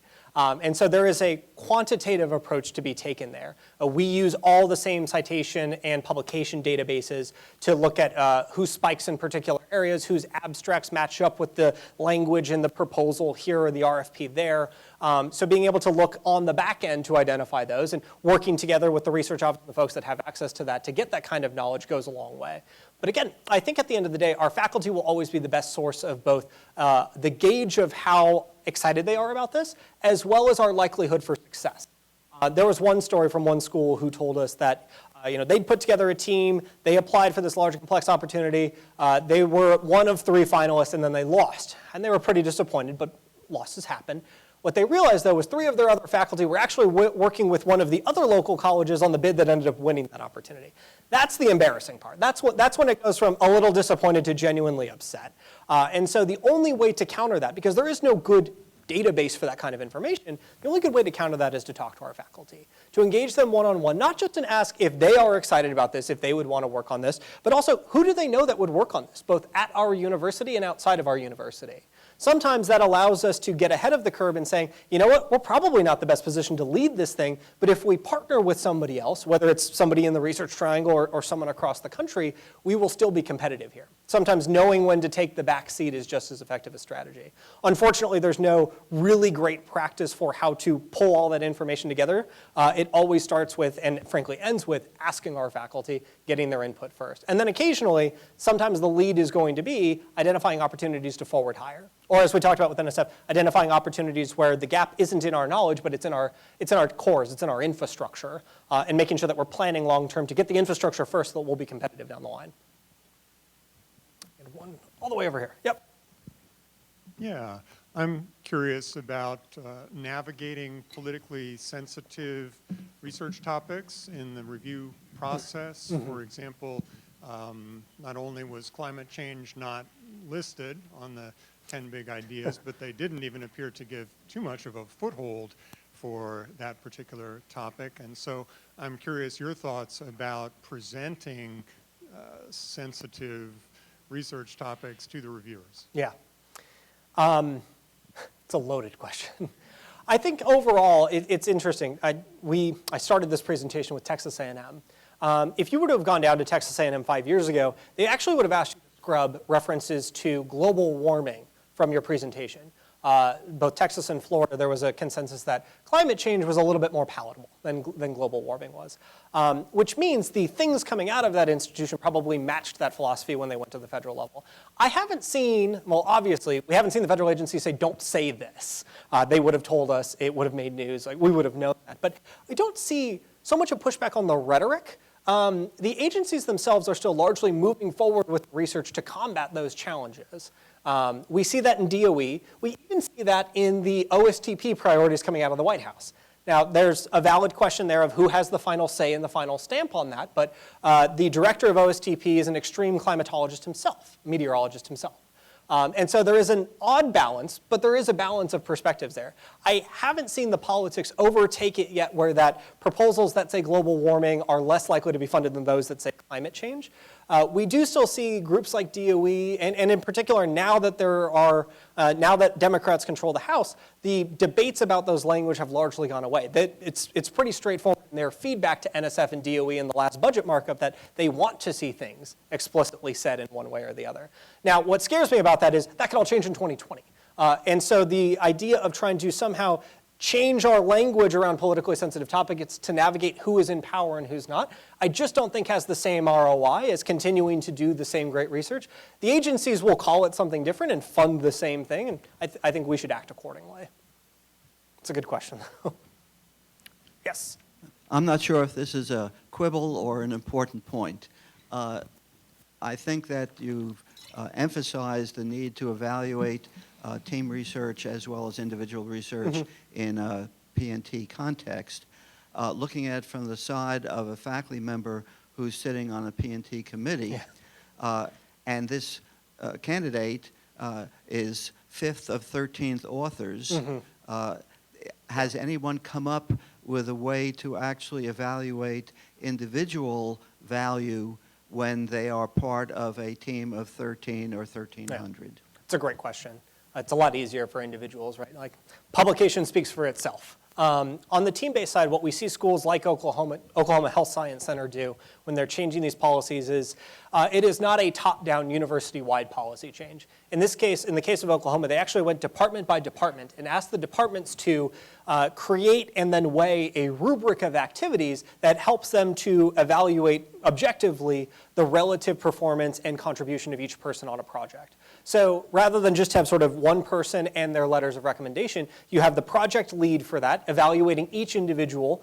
You also have some of the peer feedback that is able to feed back into that. And then at the third level, it's department by department. So it does complicate the process a bit, but if each department is empowered to create those standards, the evaluation process should remain consistent enough that we're able to evaluate those folks on the totality of their contribution, as opposed to trying to start with a college level rubric and work our way down. Oklahoma started department level and worked up. So that's an N of 1. I wish I could offer you more, but it's an emerging area I think a lot of schools are looking at. Yeah.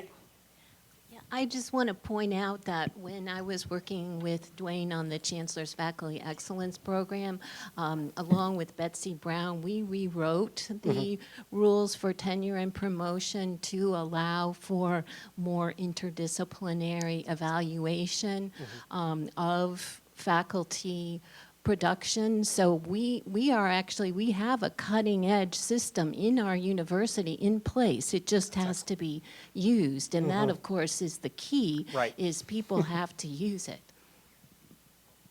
And they have to know about it. So thank you. Are there others? All right. Well, I think the agenda says we'll take a quick break here. Thank you all again. I will be out here for the rest of the session and for lunch, so if you have any other questions and want to follow up with me, feel free to, and I'll be sure to send you all a copy of these slides. Thanks again for having me this morning.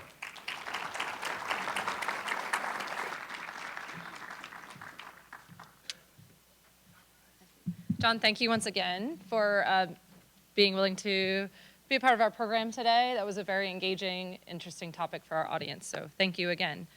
We are about to be on a short break. I did want to mention, though, we are live streaming today's event as well as recording it. So make sure to tell your colleagues if they're not able to be here at this time in person. But we're also going to make sure the video, resources, and slides will be posted to the forum website shortly following the event. So look for those. I'll send those to all participants and registrants within the next week. So we will definitely have these resources posted for you. So we are about to go on a break. We have about 10 or 15 minutes, so please take this time to refresh your coffee, get a bite to eat, and attend to any emails you have. If you could try to be back in your seats about 10:40, we'll resume the program. So next up, we have our strategic directions of research at NC State. So thank you again, and be back in your seats as close to 10:40 as possible. Thank you.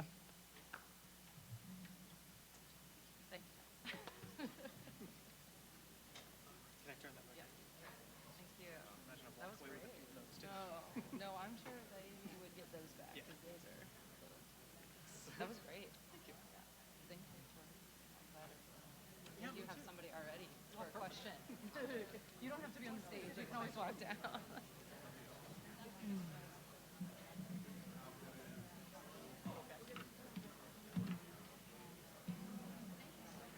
Oh yeah, of course. Great.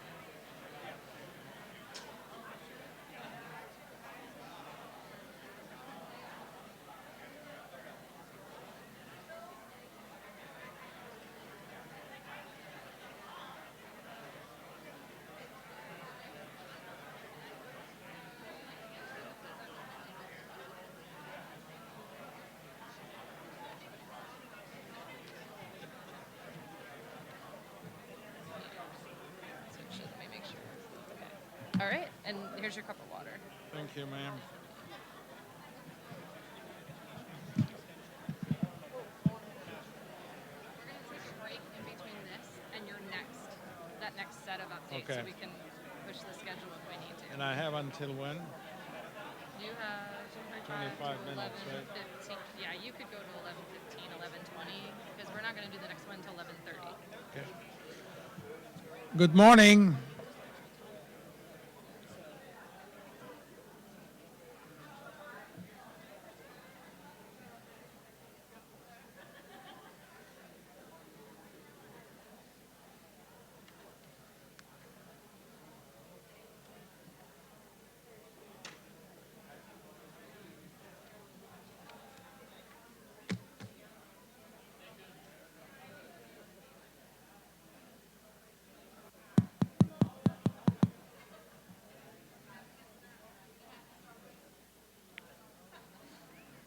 I'm a patient man, so.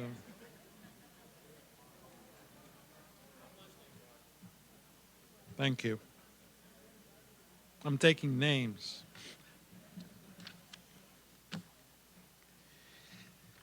Ladies and gentlemen, it is a pleasure and a privilege to have this opportunity. And I want to start out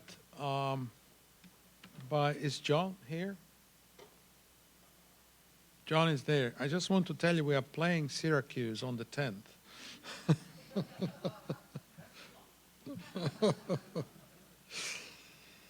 I would like to start by, first of all, thanking the organizers of this event.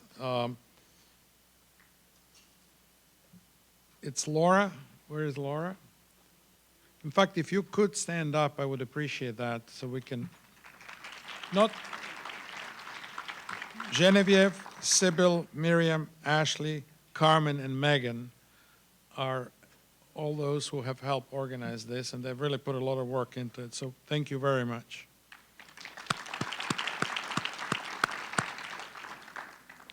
And I do want to thank John and EAB for helping us with this presentation that he gave. It really is a good one, and we'll be thinking of him on the 10th.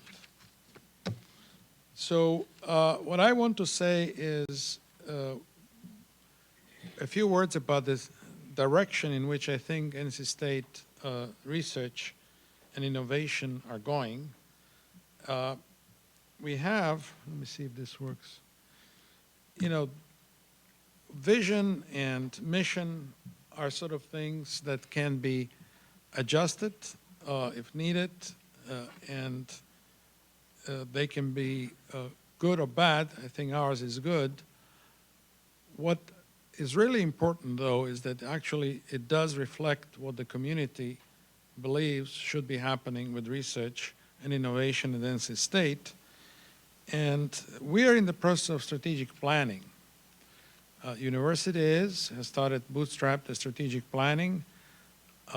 Research office has been doing that now for a month or so, and it'll continue for the next 6 months.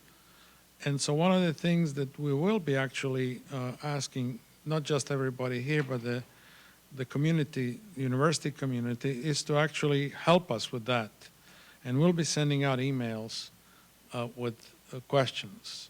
So you should be expecting that, and we really will value and act on your suggestions. So where are we now? One of the things I want to do is go and talk a little bit about where we are and then how we might take the next steps, what the steps might be. We are doing very well, actually. I don't want to jinx us because it's always possible that things will go sideways, but we are now, for the second, third year, actually, I believe, over 500 million in terms of research expenditures, and that's good. It comes in various forms, but we are over the limit that's usually considered to be a good place to be. It also attracts more attention from the agencies and everybody else. So one of the things that will be happening in the future is that our attention to compliance will be larger than it has perhaps been so far, although we are doing pretty well in that space. Mostly because when you are over 500 million, there is a tendency by agencies and other sponsors to look more closely at the funding. And so strategically, we have to be prepared to perhaps be more careful about what we do. You will see that few of these things have already surfaced in terms of various memos that went out, and universities in the process of hiring Vice Chancellor for Compliance, and certainly we are in the process of hiring one more person in the compliance office. So, and we'll keep you informed of that. So there is a lot of attention going to that part, but it's not the focus of the strategic plan, but it's an important part of it. We regularly get a lot of accolades. NC State has a number of research-related recognitions. We have new members of the National Academy of Engineering and Sciences this year. We have numerous fellows. For instance, we have 10 career awards at the university, which is pretty good. We have 4 AAAS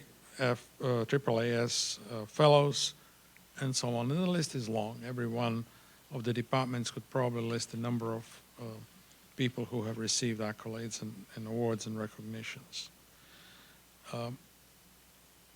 Our scholarly output is growing. Since 2010, it's gone up 38%. And most of the time, actually, probably for the last 3 or 4 years, we have been the top 10 in technology transfer and corporate-sponsored research. So that helps. And we do have good reputation in the whole country regarding both topics. Annual impact of NC State is in billions, and research itself actually has a large impact through the startups and licenses and so on. What, as an example, and I'm probably doing injustice to some because our research awards are many, but one of the examples is that we have a teacher, the large one this year, or last year actually, last fiscal year, was Teacher Education and Learning Sciences Award. A more recent one is AirPo. AirPo is about 5G communications, next generation communications, and the mobility when it comes to flying things, you know, UASs and so on. We have 2 awards which are really fantastic. One went to CALS for essentially plant resilience and microbes, a microbiome that's associated with plants. From Novo Nordisk, it's about $30 million or so, a little bit less. And the other one went to engineering, to biotechnology. So Amy Grunden in CALS and Ruben Carbonell, and this is fairly unique. The total between the two is about $60 million, and you don't see that every day. So we are doing really well. We have just received an award in AI training that computer science received. It's about $2 million in over 3 years. But then last year we had, towards the end of the last year, we had a Belk Award that went to College of Education, to Audrey Jagger, and which was 10 million, which is also a huge success. And then we have done other things. We have established IBM Q Hub. Dan Stansel here is the executive director of the IBM Q Hub. It's the only one in the North America right now that's in an academic institution. The other ones that are in North America are ones belonging to Department of Energy at Oak Ridge National Labs. Air Force has one, a few things like that. Airport, for instance, is something that puts us on the map as to the next generation networking and next generation mobility, as I already mentioned. PIs over there were Ismail Gueng, Rodro Data, Mihai Sikitiu, and Dr. Hoyt, our IT Vice Chancellor. And it is interesting that, and there are many others like this. In fact, I'll show you some statistics, what they look like. So we have been in the business of doing large grants for a long time. But it's interesting that the talk that we just heard earlier is actually going to help us formalize some of these activities at the university level. And we hope that we can move the needle in terms of the changing trends as to where the excuse me, where the money is coming from. So I'd like to start and say a few words about the tail end of the process, not the basic research, but what comes afterwards, which is commercialization, moving it to some practical tools, to some practical devices, to some practical products. So if you look at this slide, I'm not sure if you can read the numbers, all of them, but we are currently, well, last fiscal year, I guess, second in terms of licenses and options executed, fifth in invention disclosures, and fourth in startups launched. This is for universities without medical school. If we put medical schools in there, then it's a slightly different game. So we very often compare ourselves to non-medical peers. And we have a very robust framework right now, which we didn't have a few years back, of getting a startup, for instance, from its initial stages of being essentially a thinking project by faculty or students to actually being financed by venture capital. We have several endowments and several sources of money. One is, for instance, Dougherty Endowment that sort of helps companies or small companies do things which they otherwise couldn't do, maybe travel or pay for lawyers because of the different color of money they might get from other places. There's Chancellor's Innovation Fund, which has invested over $10 million into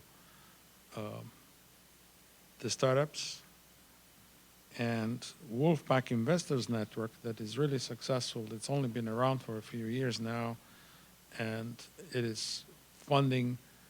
Chancellor's Innovation Fund funds sort of maybe up to $75,000, which is just a bootstrap for smaller organizations. And then Wolfpack is an angel network. A lot of the people there are really alumni of NC State, and that takes the startups to the next stage. And we also have some interesting products. One is the ice cream. I don't know if you had Howling Cow ice cream, but you can buy it just about everywhere nowadays, and at least in this area.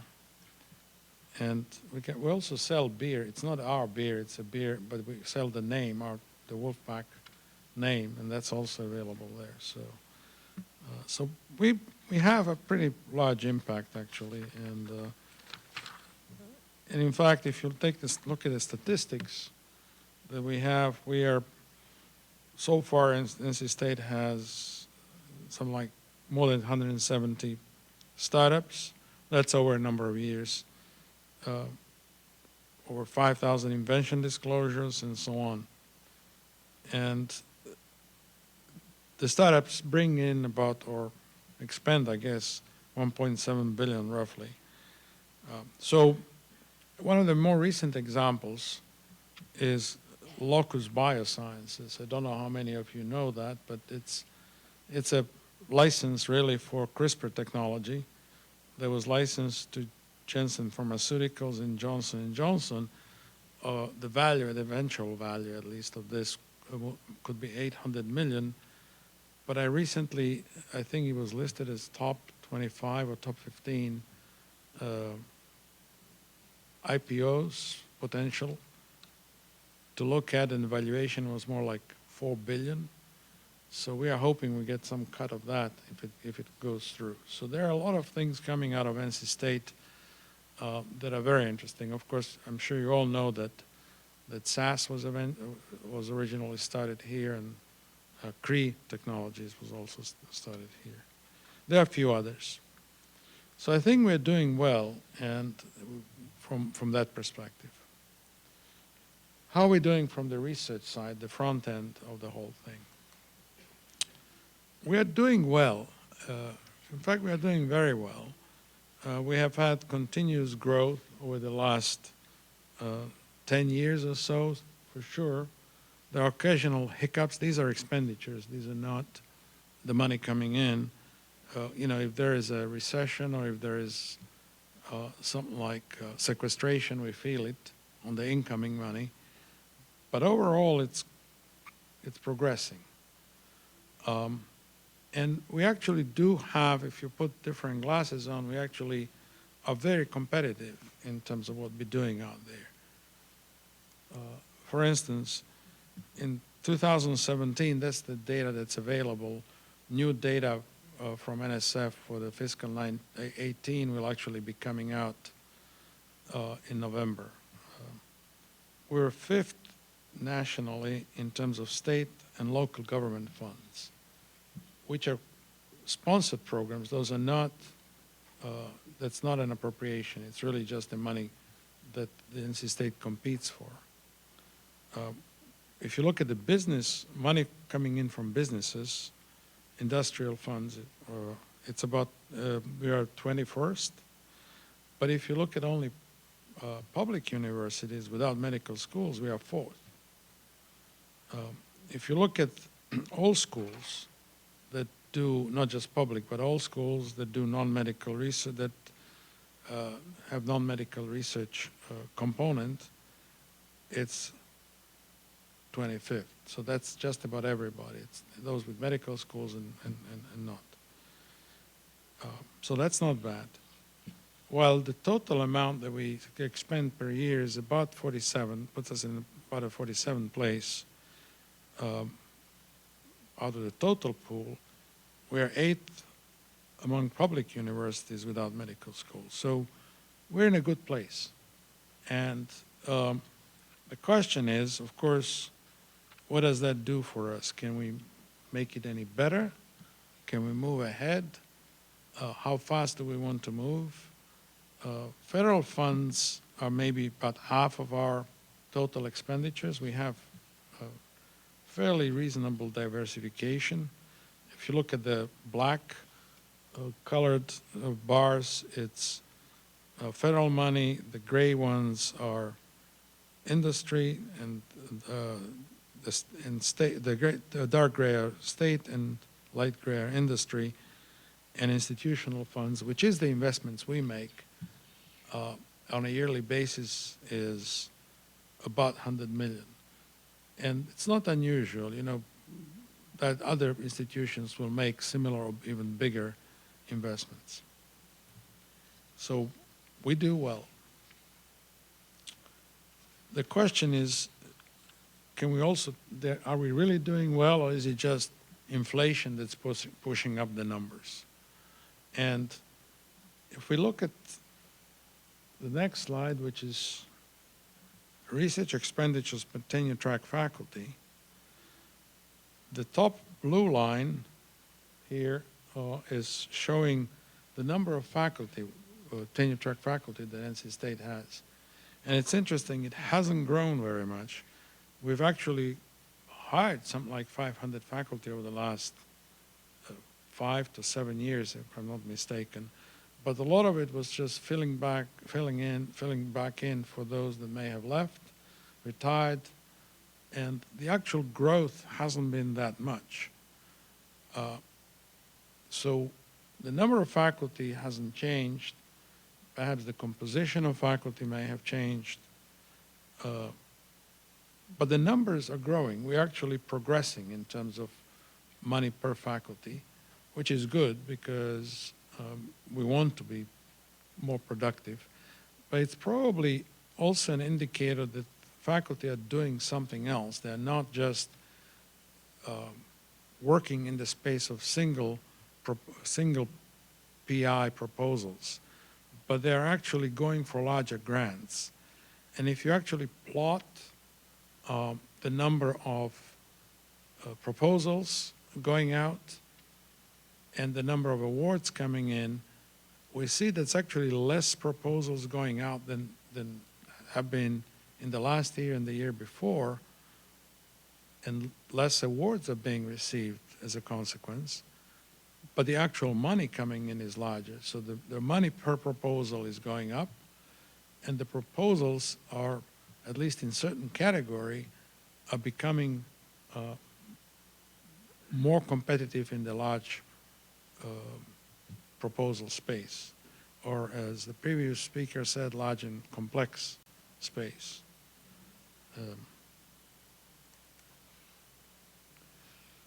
So where are we potentially deficient?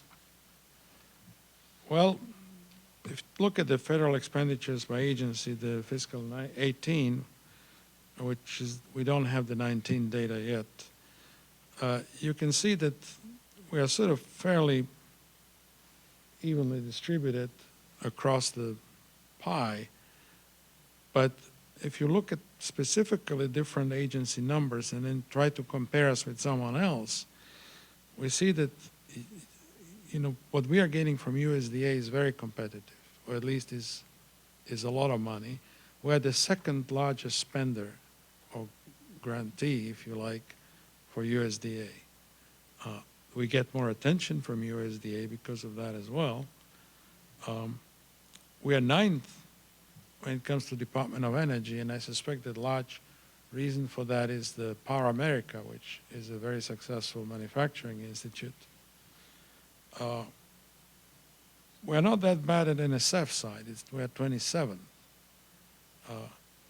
But once you start going to other agencies and look at the DOD and Health and Human Services, which is NIH, now we don't have a medical school, so that will probably never be in the top 3 there, because whatever number of medical schools are probably going to be ahead of us. But nevertheless, it's a relatively high order number that we have over here.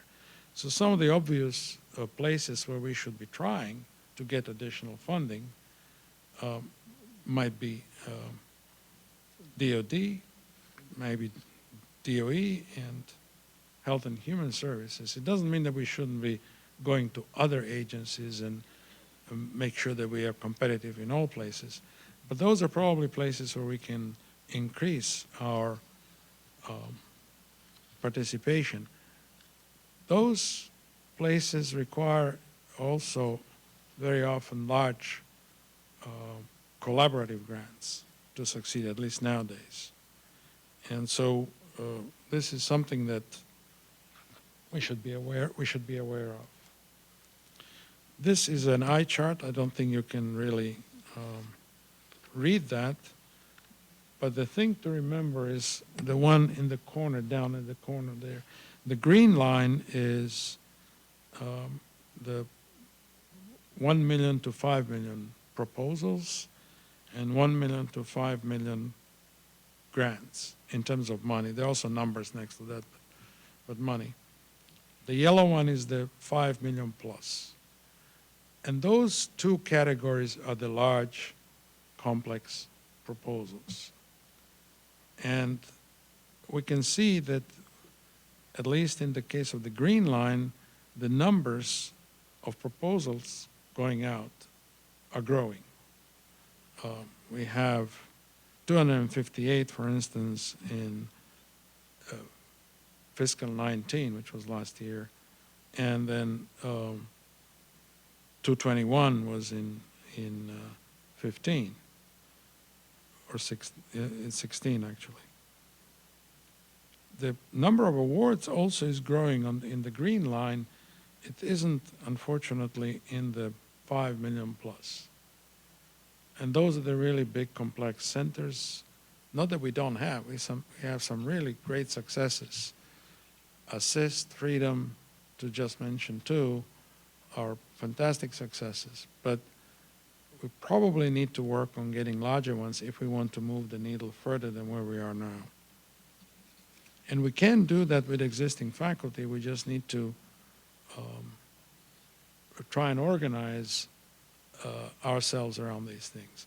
We also have other interesting things at NC State. We have clusters, which may have to be focused on some of these activities. We have to obviously increase and make the infrastructure that supports large grants more competitive. So we have a general framework for research that we have research thrust, at least, which are really at the top level. We would like to create safe, secure, and intelligent systems. Well, I think everybody would, but the opportunities in there: smart cities, sensors, AI, advanced manufacturing, behavioral sciences, materials, cybersecurity, and on and on. I'm sure I'm missing some of the important ones, but designing healthy and resilient society is the same. And by the way, all these topics have been socialized with all the colleges, and we have had a number of sessions that have been in the making for the last couple of years. Enriching the human experience is, of course, important, and we call one driving food, water, and energy solution because we have some really cool things going on, like plant sciences. We have a plant sciences building that's coming up, which is a 160 million building. Same way as we have a new engineering building coming up on Oval. So, and then harnessing data for decision making. So those are the general topics. These topics, of course, have underlying expertise areas that can help put together large proposals. And we need to work on that. It's not that we haven't been doing large grants and large proposals for the last 40 years or so. We had an ERC in the early 80s, but I think at this time the climate in Washington is changing among agencies, and so we have to do more of those to stay ahead of the game. And strategically, I think, and we'll be discussing that with everybody, we really need to support recruitment of excellent faculty and students. We need to improve infrastructure, facilitate faculty development and research, and meetings like this fall into that category. We have a number of activities that do that. I mean, we have courses and workshops during the year to try and do that, but we need to ramp that up. And improving infrastructure and processes, this is very important. The framework needs to be there to do all this. We obviously want to do commercialization, and partnerships and collaborations are very important. And the other one that NC State is doing much, much better now is telling our story. And I think we need to contribute to that so that we are actually much more visible. I don't think we'll plaster NC State signs all over Washington, but maybe we can start with the railway station down the still. So in the area, some of the items that might be of interest, and I'm not covering everything, I'm just going to give samples, is ERA, which is our new administrative research system that I think we call it RED nowadays. I was hoping to call it RIC actually, but where's RIC? There you go. They wouldn't let me. We do have a high-performance computing cluster that's called Henry, too. Henry was one of the key people to make it happen. So, and Rick manages the new ERA, so I think it's a fair attempt. But ERA is moving ahead very well. We are probably a couple of years away from really having it fully running, but so far it's doing okay, and it is going to contribute to much more methodical way of administering research at NC State, and is part of a strategic development. We really have to have a support for large external projects, better than we have so far. We are doing well, but I think there's room for improvements. We absolutely need to have appropriate core facilities, and we'll hear about that very shortly. We have 6, we are contemplating 7th one. One of the things that's really painful is research space. I am quite sure that all research units, particularly very successful ones at NC State, have research constraints that are not necessarily helping them get ahead, and certainly when it comes to large projects. And I think there has to be a policy change at NC State to allow ORI to have much more say which spaces are being used for research and which are not being used for research. And if there are spaces that come to be available, whether research, at least on Centennial campus, should be, the spaces might go to very large successful projects, because some of them do depend on having new space. So that's a strategic question that we will have to ask. We would also like to expand into the space of the national security. I think we have a very valuable history with LAS, Laboratory for Analytic Sciences, but we would also like to expand into NIH space more. And a number of faculty are doing that and doing a fantastic job, but I think to ramp up, we probably need to have the right hires in the right places, and certainly DOE. We're in the process of looking for Assistant Vice Chancellor for Commercialization to try and help that unit become even more productive than it is.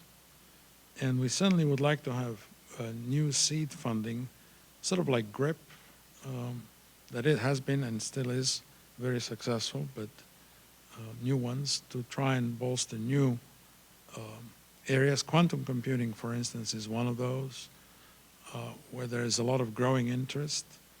And then we would like to increase faculty engagement, not only internally to break down the barriers, but also externally in going to Washington, for instance, and engaging with agencies, engaging with in an appropriate way. I'm sure Matt Peterson, who was here earlier, will be helping with that in many ways. There are many other things. I could go on for hours, but I think my time's over. So I want to just say one thing, that we are going to go into strategic planning mode. We are actually in the strategic planning mode. We want to get the NC State enterprise to the next step, because it's not going to be easy to get between 500 million and 600 million unless we bolster certain components of what we do, and unless we prioritize on what is being funded and not being funded. So we are looking forward to the input from all the units at NC State. And all I want to say is thank you again to everybody who is in research, both faculty and administration, because without that, where we are would not have happened. So thank you.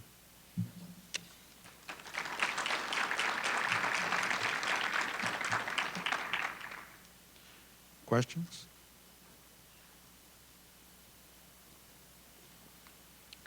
Yes, Henry.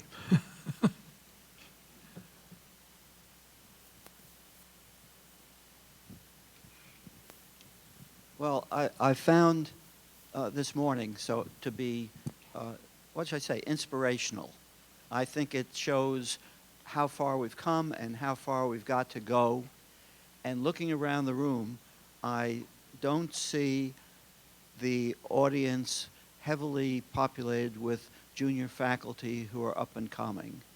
So as a result of some discussions I've had this morning, I think that we ought to plan to try to move, we've got video, we've got slides, to move some of this down into the departments so that all of the faculty could get to see it, to get the idea. We're talking about changes being made in the large complex area. We're talking about getting interdisciplinary work enhanced. So I would like to see your staff, your department led by you, get a smaller package, a 10 or 15 minute package rather than a whole morning, to try and get it into the mind of every faculty member on campus. That's an excellent idea. So we'll certainly try and do that.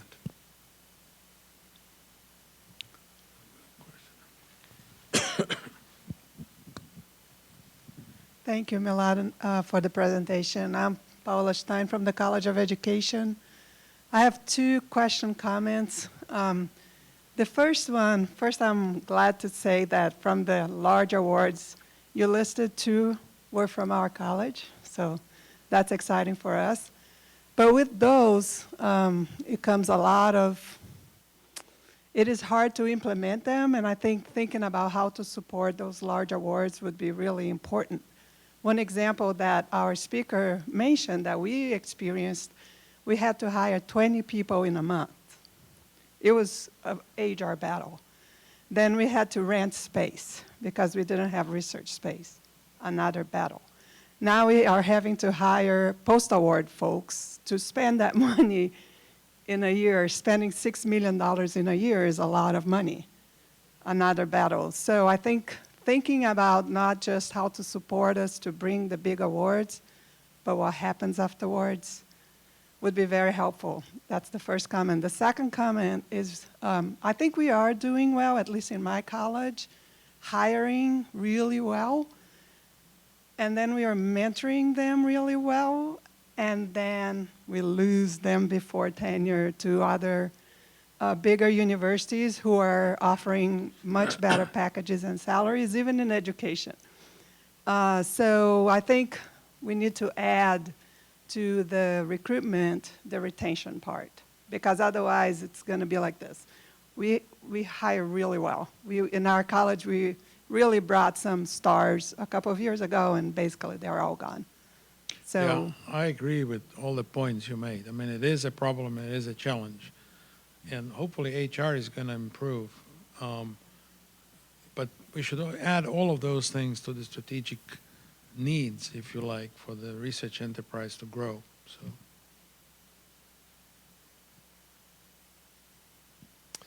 Thanks, Mladen, and thanks for your leadership. This is a question that's not specific to ORID. It's a complex issue. But it is certainly an important part of the research enterprise, which is students. Students are both inputs to research and their outputs from research. They're, of course, critical to our purpose, what we do, how we're measured. And the concern is just that the cost of supporting students on external research has climbed significantly, so that these increases in funding in some cases don't translate into a larger number of students.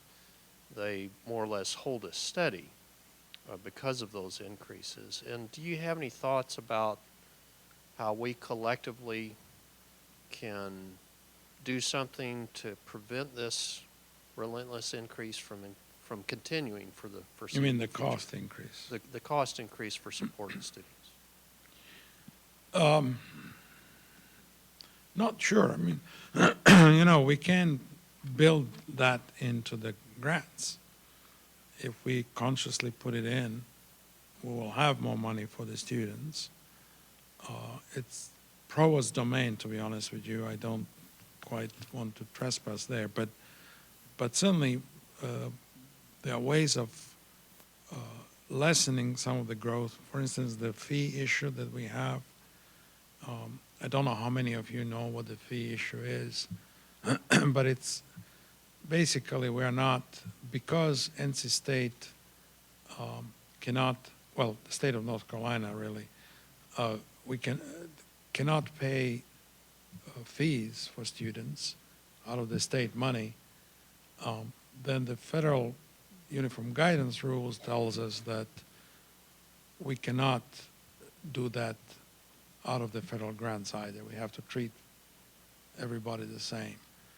And that's a concern, because now we have an increase, for instance, if we put it into their salaries and try to give them salary, goes up considerably, right?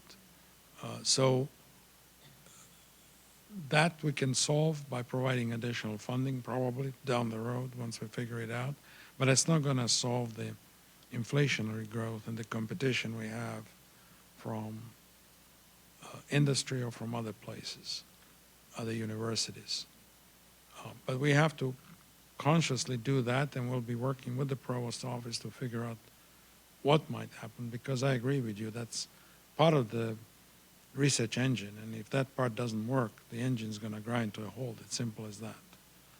There are a few other political issues that can crop up in that space, and we will have to think about that very, very carefully. So I don't know what the answer is, but we'll work on it. So.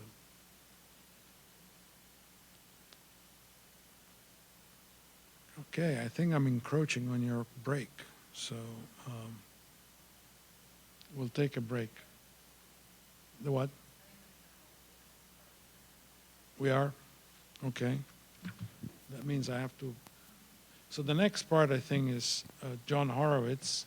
He's going to tell us, he's an associate vice chancellor for research, and he's going to tell us about core facilities.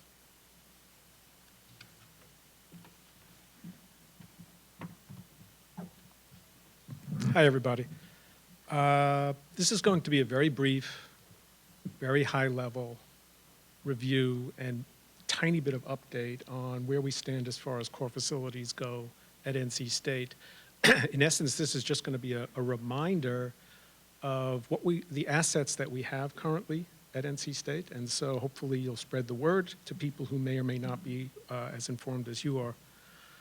So ORI oversees 6 university shared core research facilities.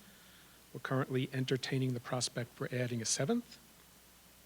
And what these are laboratories filled with state-of-the-art, very expensive instrumentation, as well as dedicated staff who are highly qualified experts in how to use that equipment. And so the purpose of these cores is really to enable faculty to do what it is they want to do using instrumentation that they can't afford to buy themselves. ORI, in collaboration with other units at the university, puts money together to keep the equipment in these facilities fresh. And we also take advantage as best we can of federal and state equipment grant programs to ensure that faculty at NC State have what they need to be competitive. If you want to learn more, you can send people to that URL right there, and that will then give you links to all the cores at NC State. So let's just review quickly the cores that we have in place right now. I'm not going to go into any detail about who's there and what they do and the instrumentation that they have. I'll just mention them very briefly. The first is the Analytical Instrumentation Facility. This is a facility whose history extends all the way back at NC State to 1923. This is the home for unbelievable instrumentation to take a look at mostly hard materials, although there are plenty of soft materials that are being used in that facility as well. In addition, the AIF is expanding into the biological electron microscopy realm. And so it is really one of the premier establishments in the country for that kind of thing. The next is the Cellular and Molecular Imaging Facility. This is the university's home for confocal microscopy and enables faculty to take pictures like the one you see right up there at the top of the slide. And so there are people every day coming to that facility with all kinds of samples to be looked at, either live samples or fixed, and it's just an outstanding facility. The next is the Genomic Sciences Laboratory. This is the home for DNA sequencing at NC State. This is a facility that works on everything from microbes to plants and animals, and sequences on the order of 3 trillion base pairs a year.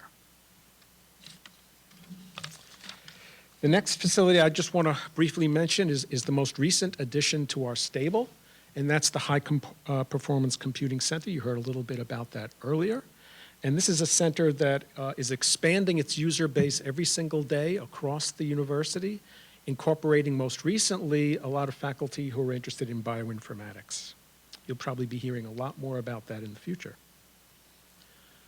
Next, we have METRIC, or the Molecular Education Technology and Research Innovation Center, a very long name.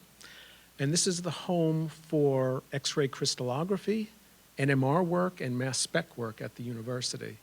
The university, as well as ORI, as well as the College of Agriculture and Life Sciences, and the College of Sciences, have put in incredible amounts of money, time, and energy to build this facility, and it's just simply going great. We've done a lot of renovations of building space, both in Polk Hall and in Dabney Hall, to accommodate this facility.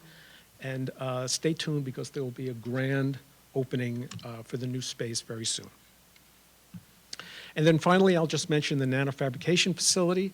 This is NC State's semiconductor manufacturing space, clean room space.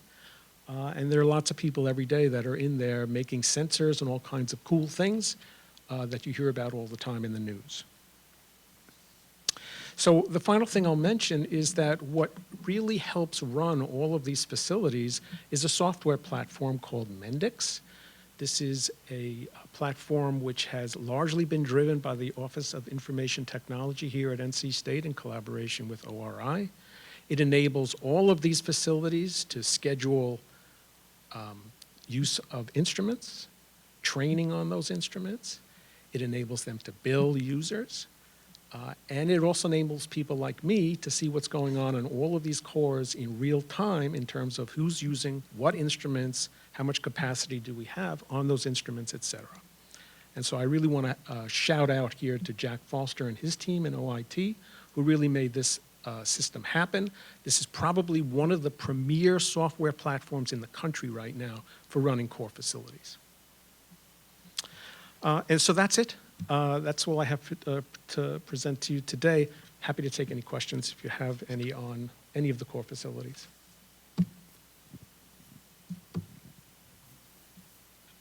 Okay, thank you.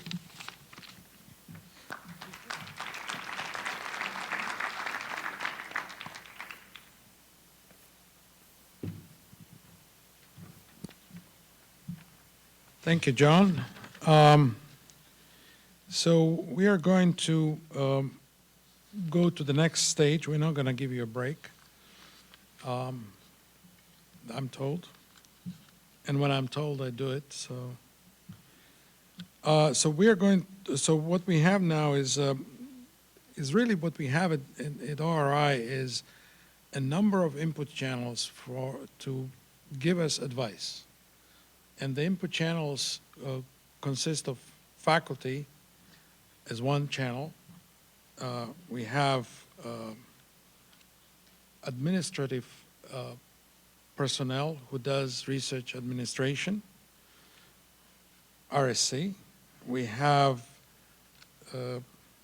faculty, excellent faculty from the Research Academy giving us input of different kind.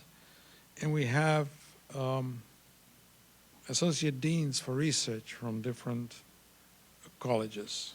And so what really I want to talk about is in fact, all of them are going to come up here and tell us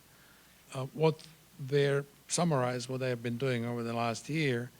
And that gives us diversity of opinions so the ORI can actually guide itself through the next year and during the year get advice that helps us change policies if need be or disseminate information to appropriate groups. ROC is Research Operations Council, and it really provides the leadership from the college perspective at the university level. And that's very valuable, of course.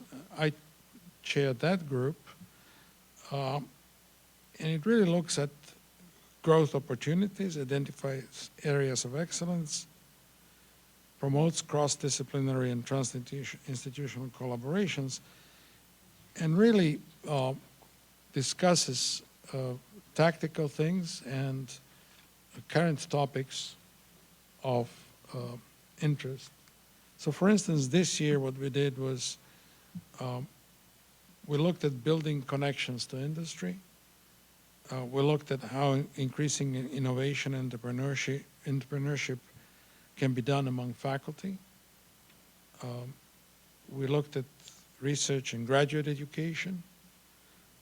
We looked at rankings, and we received updates on the Chancellor's Faculty of Excellence program.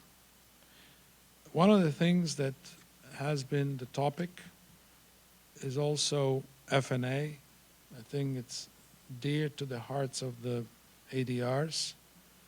And our research generates maybe 50+ million a year in terms of money.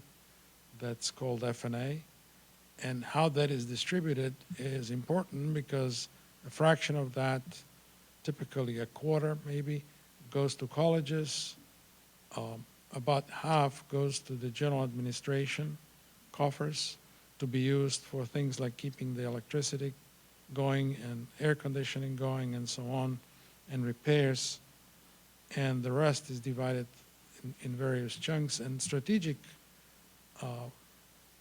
investment fund that we have is about 13% currently of the total that is earned in a year.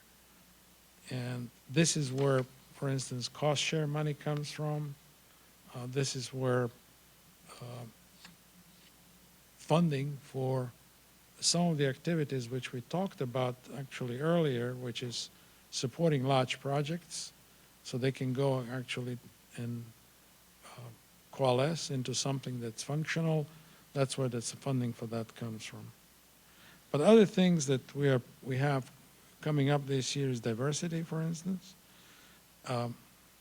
professional development of the research administrators, and how to actually tell whether internal grants are working and the seed fund is doing its business, and so on.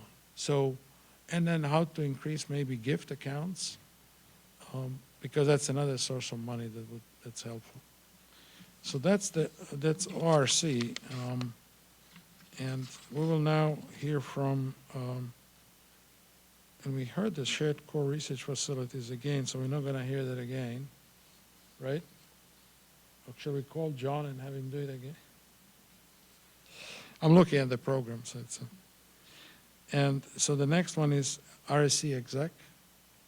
The chair will, you will. Yeah.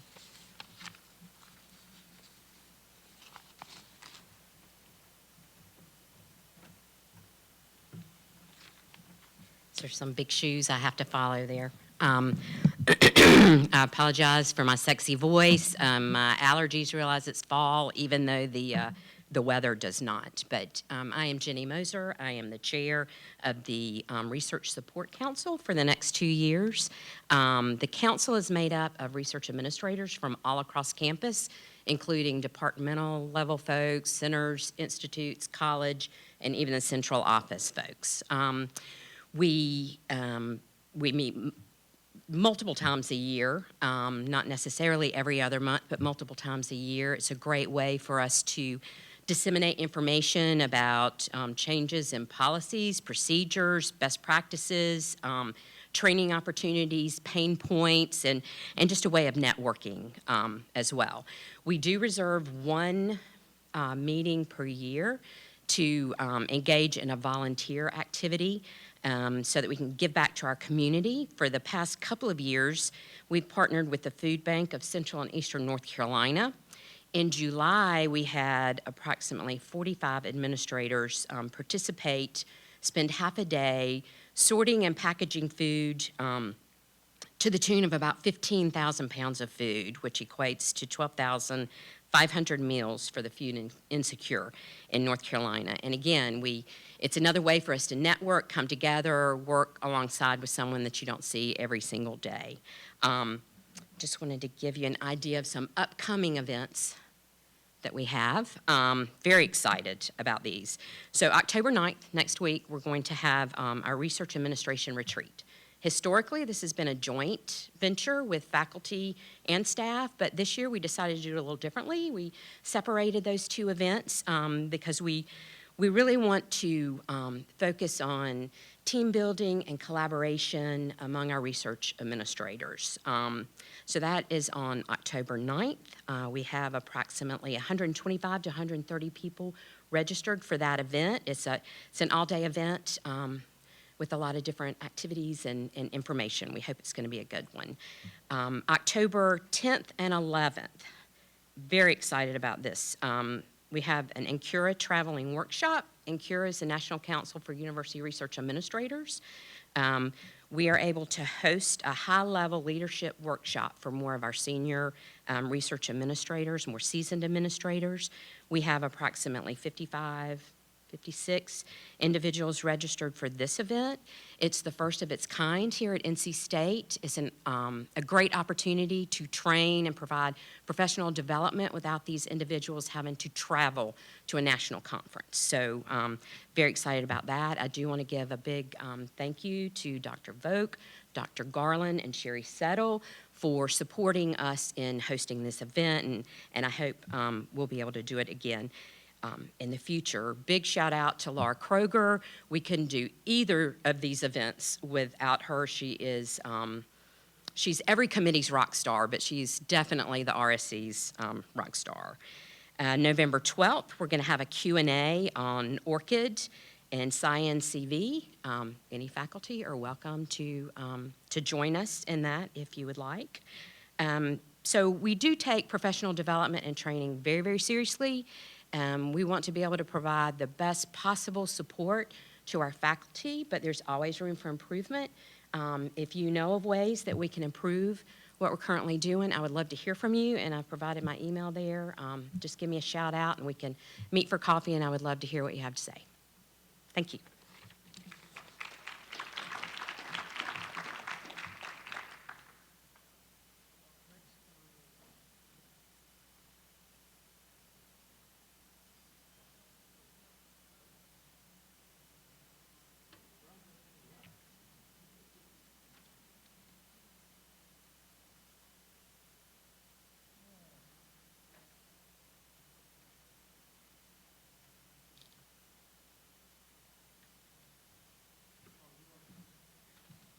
Hello. How's everybody doing today? I'm Owen Duckworth. I'm chair of the URC for this year. It's University Research Committee. What we are is a committee that helps facilitate communication between the faculty and the research arm administration. So my main motivation for being here today is to let everyone know what we exist and that we want to know everyone's ideas and concerns and interests in terms of the faculty to communicate with the administration to try to make things run as smoothly as possible and anticipate any problems as they come up, or anticipate opportunities as they come up. Yeah. So let me give a few examples of what we've done previously and plan to do in the future. So last year we started by trying to come up with guidelines to improve communication and the function of the committee itself, trying to figure out ways to better communicate with the faculty across all the colleges, possibly engaging some of the college research committees in a little more formalized manner to try to get more input to the community, to the committee from the faculty. We drafted a resolution to improve postdoctoral working conditions because we feel that postdocs are an extremely important component of the research community. We worked on trying to figure out ways to incentivize undergraduate research.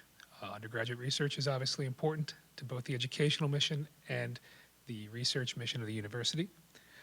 We've also been trying to keep up with the changes and developments that are exciting in the cord facilities that we heard about earlier today.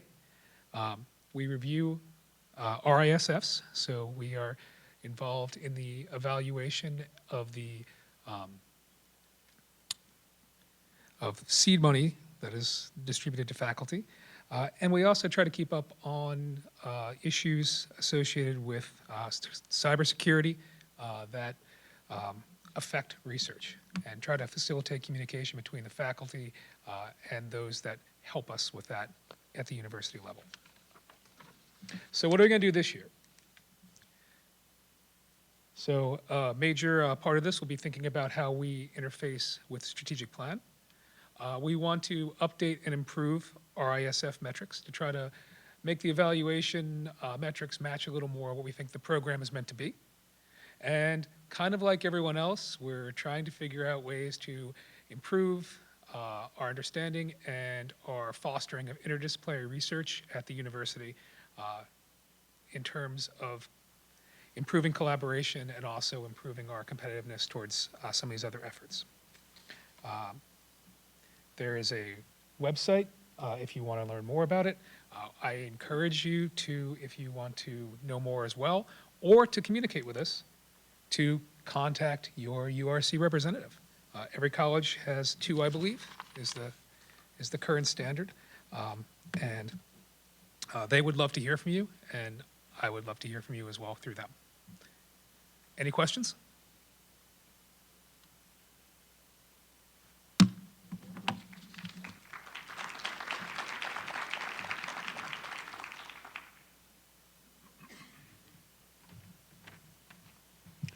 Hello, everyone. I'm Greg Parsons. I'm chair of the Research Leadership Academy. Research Leadership Academy is, has been around since 2016, I think. We were started in 2016, and we had our first meeting in the beginning of 2017, and Gail Jones, sitting over here, was the original chair.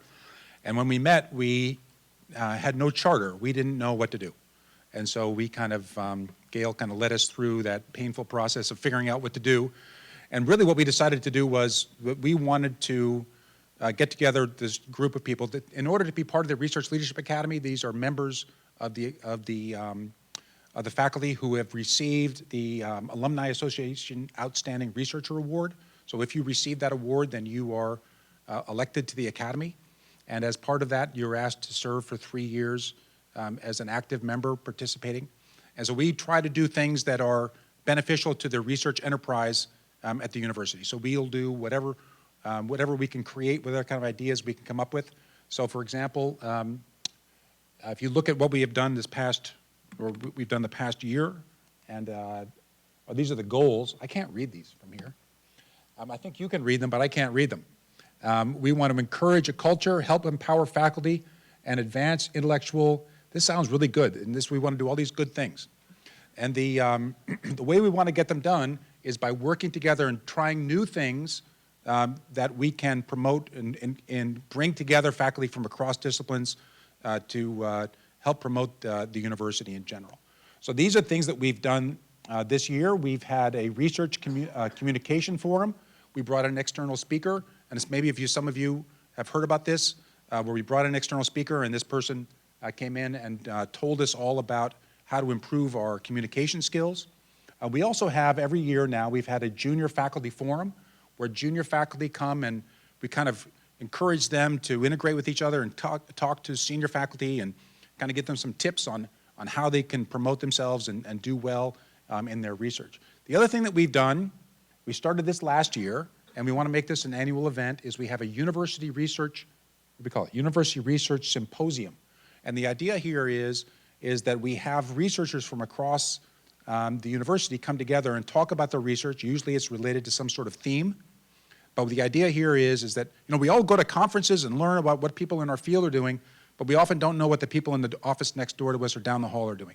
So the idea here is that we can all learn about what we're doing on campus, and we feel like that's going to be a way to kind of build connectivity and build also you know, some creative ideas for developing research into the future. So if you have any questions, the other thing is that we don't just do research, we also do scholarship. So many people on campus don't view themselves as, quote, researchers, but more like academic scholars, and we want to include those activities as well within the scope of our activity. So if anybody has any interest or wants to know more about that, or if you have an idea for something that the RLA can do, if you go to the RLA website, you can see the names of all the people, and of course, feel free to reach out to me. Greg Parsons, I'm in chemical and biomolecular engineering, and I'll be chair for the rest of this academic year. So contact me until like August, and then don't contact me after that. I'm just joking about that. Okay, thank you very much.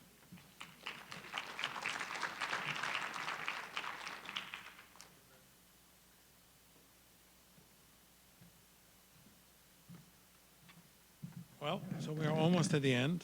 I want to say a few words. So I don't know how much, you should know how we are structured, but for those that may not, ORI consists of several units. The ones that are really direct operations in terms of research is the Office of Development, Research Development, that's led by Dr. Horowitz, who was here earlier. And then we have Office for Research Commercialization that's headed by Wade Fulghum. Is Wade here? No? I said a few words of what they do earlier on. They have really great successes. And then we have as sponsored programs, Sherry, if you need Sherry. There's also compliance, Richard. And then we have operations, things like finances and other things. Rick is there. And then we have communications and operations, Genevieve. And we are about to actually start a unit that would be concerned with federal and other with issues of, relating to national security, and we'll be hearing about that soon. So I do want to thank everybody coming today. It really is important for us to A, tell you where we are, and B, get some input from you, because sort of if we put something in a strategic plan, we would really like to be able to actually achieve that. And we would also like to be able to say that the community, NC State research community, is behind that. So you will be getting probably two types of follow-up questionnaires. One is a survey that will be concerned just with this event. Correct, Laura?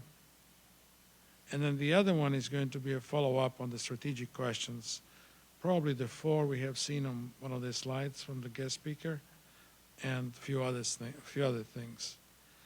So thank you very much. In fact, we very much appreciate you being here today. The food is not there, although you can eat that as well. It's mostly sugar and carbs. But I would say it's in 1C, which is, I don't know which direction it is. That way? Okay. And I hope that you will take the lunch as an opportunity to talk to the guest speaker, network amongst you, and we will see you, at least some of you, next week at the RSC retreat, and then later on this year at various events. Thank you very much.